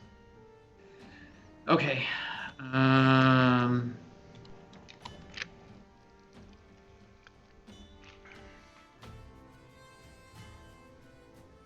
So we'll spend a plot point on this. All right, so that's a 20 now. Jesus. Um, I'm gonna spend a plot point to kick you in the nuts. So now I'm beating you by 5, right? Yes. And you get your. Oh shit. But you don't get a D12 back because I used the D10 as the biggest one. No. But I didn't use the big damn hero dice. What'd you use? I used the prodigy. We're in a completely different scene now. Oh. Like, yeah. So, what kind of benefit am I going to get if I beat you by a lot here? Like, just more. It's basically staging up the quality of the background noise and everything like that, making it harder for them. Of them not thinking I'm coming, so that maybe I can come in discreetly. Pretty much. So this is pretty critical to not getting fucked over like Alex. Kind of, sort of, yeah. I mean, they're not going to assume that you're not coming, but they're not going to be looking out for you as much. Okay, I will spend my D10 big damn hero dice, and we will see what happens. There you go. Okay, so I have a 30 and you have a 14, so I'm now beating you by 3. Yes. So, So yeah, you basically. Can I create an asset called Never Saw It Coming? You can create an asset that you basically that's perfectly fine. So. All right. Do I have to buy this asset to keep it for the rest of what's going on? Because I know this adventure is about to end. Well, for the rest of this show, you don't have. Basically, I was actually going to jump over to Jude because she's got the wave, and then that was going to be the final scene. No, but what I'm saying is, like, do I need to actually purchase this asset for it to continue to affect, like, the story moving forward, so that I still have, like, does that make sense? I'll leave it in place for your first scene for the next game, so you can have all that, because it's literally your last roll of this game, so it wouldn't really be fair for it to disappear just because it's the last roll, you know. All right. Then I'm just gonna be fair. I'm warning you. I'm probably buying best friend language because that's just a ton of fun to have. Okay, no problem. All right, so you send that to Jude immediately, or you had her just send it out, right? I mean, it'll bounce. It'll take a few hours. So I have the crew members send it back to the station. Yeah, it's going to take a while. Yeah. Okay. All right. So what we're going to do now is we're going to jump. Actually, no. that we'll do that in the first thing next time because Jude's still running for her life. So Yeah, we're she's- still on the yeah, ATVs. still in the ATVs. So we're going to go ahead and pause everything here, as we now have a situation where Baden is hopefully calling for reinforcements, and you guys are trying to make it off planet with your stolen loots, and complications are flying everywhere. So Question. yes. Hold on. I just want to ask. I want to ask John Baden. Is it good to buy that asset if both of your friends are dead? I mean, Well, one of them's definitely not dead. He's in jail. yeah. Now he may get dead, but he's definitely not dead. Currently. so Optimistic. I I like it. mean, my understanding, though, Josh, would be that moving forward, if at some point somebody else becomes my best friend, the asset would still apply. But then they'd immediately die. I mean, that's totally possible. Maybe that's the purpose. Make it emphasis that you die so you still my friend. But if they do die because of it, it'll be a murder mystery like this is. Dun dun dun! Murder mystery. So at least it'll be Dun, dun, interesting. dun. There'll be a plot. There'll be a plot hook. And the killer is in this very ship. And then everyone pulls a gun and shoots the captain. Yep. If I have Damn. enough plot points, I'll survive it. Damn your sudden but inevitable betrayal. Well, ladies and gentlemen, thank you so much for having joined us tonight for Firefly, The Sky is Free. As always, things never went smooth, and everything goes crazy. But you know what? If they didn't, it would be really boring. So we're going to go ahead. Yeah, the rolls were horrible. I was really on fire tonight with being bad at rolling dice. But yes, so yeah, remember, but also like, yeah, sorry. Never mind. It was crazy So- on all ends, man. Yeah. Jude, except for Jude killed it for the most part. Jude did Hey, amazing. Jude even As had a usual. stumble. So I that don't is think kind she's of crazy. ever had like, yeah. That was kind of crazy because when Jude actually goes out and doesn't like blow my TN out of the water, I'm like, ooh, the dice goblins are angry. So anyway, ladies and gentlemen, thank you once again for joining us for Firefly, The Sky is Free. We really appreciate it. We love the support.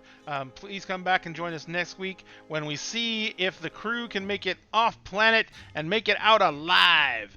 Also, Are we gonna name the episode? oh yeah, we need to name the episode. Oh, this is gonna be a good one. Wow. Oh God. Maybe a storm is coming. This is episode Friday 13, the right? 13th. I was do gonna say, like just name it that. Lucky 13. Yeah, I was mean gonna it is say- 13th episode on Friday the 13th. That's I was crazy. gonna Yeah. say, Yeah. I was gonna say botched I did I have mean, one, yes. because not only is the job botched, we had a bunch of botched rolls, and then whatever's Actually, going on technically, with. the job went out off without a hitch. Someone somewhere. Like, No, we're not. This is no longer the job. This is something completely different now. So Okay, botched. I think botched is good for us and for what happened with Baden. I'm good with botched, but what Ray was about to say is it like seems like everybody else is pulling the strings behind us. So I almost seems like you could almost call the episode Marionette too, because like we're all getting played with. So, oh, and Daniel just said that we should call the name of the episode when Ray becomes a Josh. yes. Well, you are a junior. You could just be our love child. Aww, daddies. Oh. Oh. No, No. Aw, No. Thanks, Mm-mm. Cassie. Really, I don't like that. I don't like that at all. dude, that's kind of mean. Sorry. Right? Sorry. You just his hopes and dreams and just Cassie just Jealousy is an I was awful gonna get- color on you. right. Shut up. You look better in red than green, Cassie. I fucking hate all of you. right now. So are we going with botched? Yeah, Botch is good. All right. Botched It is done. It is so. We have entered the botch. So, Now, what was that? Oh, I emailed myself. That's what it was. Genius. You okay, Kezzy? Yeah, I'm fine. Totally fine. All right, so as always, ladies and gentlemen, we are still trying to get to 10K on Facebook for our Facebook followers page. That is Dinner and a Game on Facebook. We are trying to get to 10K right now. We are giving away a huge prize for when we do hit 10K. And oh my God, my browser is totally going to on me. My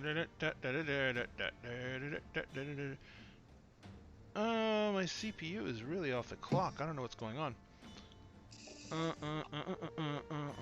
gonna have to switch out the CPUs on this one this week. I've been stalling. But anyway, we're trying to get to 10K, and when we get to 10K, we're giving away a huge prize, which is basically we're giving out one of every single rule book for the D&D 5e core rule system, which means we're giving out a DMG, a player's guide, a monstrous manual, Mordenkainen's Tomb of Foes, Xanathar's Guide to Everything, Sword Coast Adventurer's Guide, Volo's Guide to Monsters, and the newest source book, Tasha's Cauldron of Everything, which does not even come out till Tuesday. Now, all these books are going to give away to one winner when we hit 10K, and to be entered in the contest, you have to go to our Facebook page, like and follow the Facebook page, go to the pinned post, which starts out, Attention Daggers, 9,000 follows on Facebook. Go to that post, comment, and share the post, and you will be entered to win. It's as simple as that. Nothing else needs to be done. Once you do that, you're entered to win. We will be choosing one winner from everyone who has followed those instructions. Right now, we're sitting at 97 shares, so that means there's 97 people who are entered to win. So if you guys get in there and if we get to 10K and we only have 150 shares, we only going to draw from a pool of 150 people out of 10,000. So this Incorrect, sir. What? They also had to comment. We only have 85 comments. Oh, you're right. We only have 85 comments. So we only have 85 people entered to win. So that is something we need to make sure that gets happening, people. So make sure you follow, comment, and share the post, and you'll be entered to win. So we have 9,647 follows as of the 13th of November. If we keep on growing like this, we may make it to the 24th, which is going to be our show on which is the week after next Eberron show. But no matter what, we're going to do the drawing live on a show after we hit 10K. So after we hit 10K, we will not be doing the drawing until we go to the next live show after that. So we'll be continuing to update you every single week. Now, also, we have our contest on Twitch going. The Twitch contest is for the set of minis you see scrolling through the center of the screen. These are HD printed minis. We have these minis. I've designed all the mini files. They're on my USB drive, which I dropped earlier, and I'm going to start printing them out this week. We're going to be giving away this entire set of 30 minis to one person when we hit 300 followers on Twitch. As soon as we hit 300 followers, that's going to be the instant kickoff for the actual drawing. Does anyone know how many we're at Twitch right now? I'm trying to race to it. Last time I checked, it was 243, but that was at the beginning of the show. Give me 1 second. I think we had one follow during the show. No, it still says 243. 243, that's fine. So we had a bunch of subs, but we didn't have any followers. Because subs don't equal followers. We didn't know that. Yeah. But if you get a sub, you're not necessarily following. So if you have a sub, or if you were just gifted a sub by Captain Caffeine tonight, make sure you follow us as well. Because if you're already subbed to us, there's no reason not to follow us, and because following is free. So follow us, and you'll not only will you be informed of when we go live, but you will be entered in all of our other follower contests from here on out.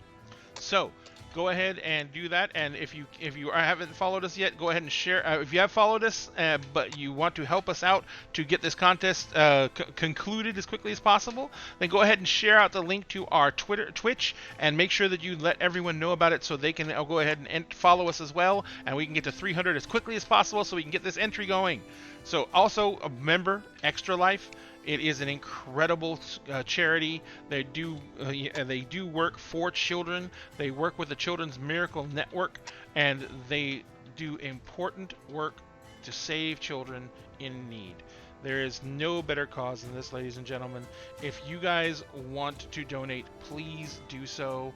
We already met our team goal. It has been wonderful. We thank you so much. You've been incredible. But we do want to just keep this drive going because it's an incredibly worthy incredibly worthy charity. And we want to make sure that we give it as much support and much love as possible. So if you can, please donate to Extra Life. We're at $2,445. We've exceeded our goal by almost $500. We couldn't have done this without you. We appreciate everything you do, and we just want to make sure that this goes as far as it can. So please donate if you can. If you can't donate at this time, we completely understand. But if you could share out the link, that would help us out 1,000%. Also, all remember, we are doing our best to help out our local gaming community. That means we're trying to promote everyone to go to shop for their gaming products at their local game store. But we also know there's a pandemic on. So we are calling around and finding local game stores that are basically doing the right thing, that they're requiring masks for visits, they're practicing social distancing in the store, and that they're offering things like curbside pickup or even delivery in some cases, or mail order. Our show for the night is Third Coast Cards in Katy, Texas. They're an amazing little store. They're doing everything right. They're doing curbside pickup. They're requiring mass visits. They put hand sanitizer dispensers at the entrance to the store that you're required to use before you can even come in. They are doing everything right. And so for that, we want to make sure that everyone in Katy knows about Third Coast Cards and that they go there to get their stuff. We know it's easier to order off of Amazon and stuff like that, and sometimes it's even cheaper, but that's not going to help our gaming community survive this pandemic. But just taking that extra time, going to your local game store, picking up the product from them in the safest way possible, that's how the stores are going to survive this pandemic. So, in fact, tomorrow I'm going to run over to my local game store and make sure I have my copies of Tasha's ready to go. So, I got a really cool set of dice and the second edition of the Critical Role Origins comic book at a store out in Austin last weekend. They're badasses. So, also, we don't ever forget, be careful, be safe, take care of yourselves. We love you. Oh, almost forgot. Lauren, don't you have a Twitch stream that you are a part of? Yeah, so I'm the current DM over at The Keep, twitch.tv/TheKeepRPG, and we are going through a 5e homebrew campaign, heading towards the end of that, getting into the final run, which is exciting. But we stream on Wednesdays at 6 p.m. Central, and our VODs go up on YouTube on Fridays, so you should definitely check us out. Abso-freaking-lutely. So, and The Keep is amazing and wonderful, and I try and catch it as often as I can, but the show has gotten really intense, and so we want you guys to go check it out. They're amazing, and thank you, Lauren, for running such an amazing game over there, and thank you for playing in our game, by the way. We also want to also say that when we say be careful, we are talking about being careful with the pandemic. We are talking about the fact that, things are not getting better, and they might not for a little while. So we want to make sure that you guys understand that you guys mean so much to us, and we want you to be safe. So if you can, stay home, stay home. If you can't, we know people have to work. We know people have to make a living. That the pandemic doesn't care that, you need to stay home. But if you can, if you have to go out, wear a mask. The CDC just released new information stating that they believe that masks actually help prevent COVID. So please, if you can, wear a mask. If you can, absolutely do your best to stay home. Other than that, we love you. We want you to come back and be a part of our show. We want you to come back and just be a part of our family, because that's why we do this. We don't get anything out of this other than we get to play a cool game, we get to share it with you guys, and we get to have fun doing it. So right now, has anyone found anyone to raid? I was not looking. Let's see here. While people look, just to reiterate on that, right? Because of the fact that, like, I do personally work in a hospital. Like, seriously, like, wear your masks, do what you have to do. Currently, we are not actually seeing an increase in numbers of people admitted to the hospital, but we are seeing an incredible jump in people who are having to be canceled for their very necessary surgeries because they're COVID positive. And if it's not an emergency surgery, we're not doing it if they're COVID positive. That's the rule now at this point. If it's not something that's an emergency, we're postponing them for at least 2 weeks. And that's kind of scary and sad, unfortunately. Yeah, it is. And it's not something that anybody wants to do, but that's the protocol that we're taking at our it's really upsetting to see, especially cancer patients having to wait for surgery because they're turning up COVID positive. Mm-hmm. So, I understand. Like when you say that kind of stuff, like, it's serious. Like, don't take it lightly. I literally go nowhere. I go to work and I come home.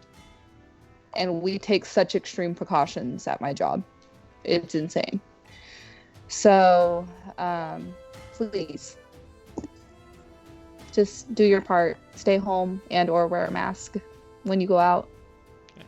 Thank you. It's good things. Yes, it is. All right. Well, I found someone for us to raid.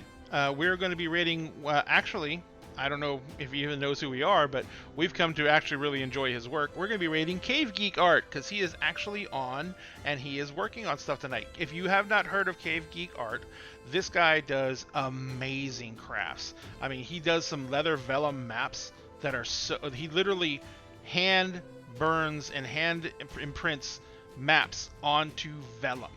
And this guy is outstanding. Not only that, but he can read English poetry with a Welsh accent. And that is amazing. So, we're going to go... Yeah, he is a map god. So we're going to go raid Cave Geek Art. Let him know the Dinner and a Game sent you. Let him know that you're going to watch his show and love him to death because we do. So you guys, thank you again so much. And remember, at Dinner and a Game, we will always save you a seat at our table. So let us go raid Cave Geek Art and make some noise. What? Na na na na na na na na. Filler noise. Na na na na. Filler na noise. na na na. Yeah. Filling this dead Raiding. air with noise. Yeah. All right. Cool. There you go. And we're there. All right. Okay, spinning again.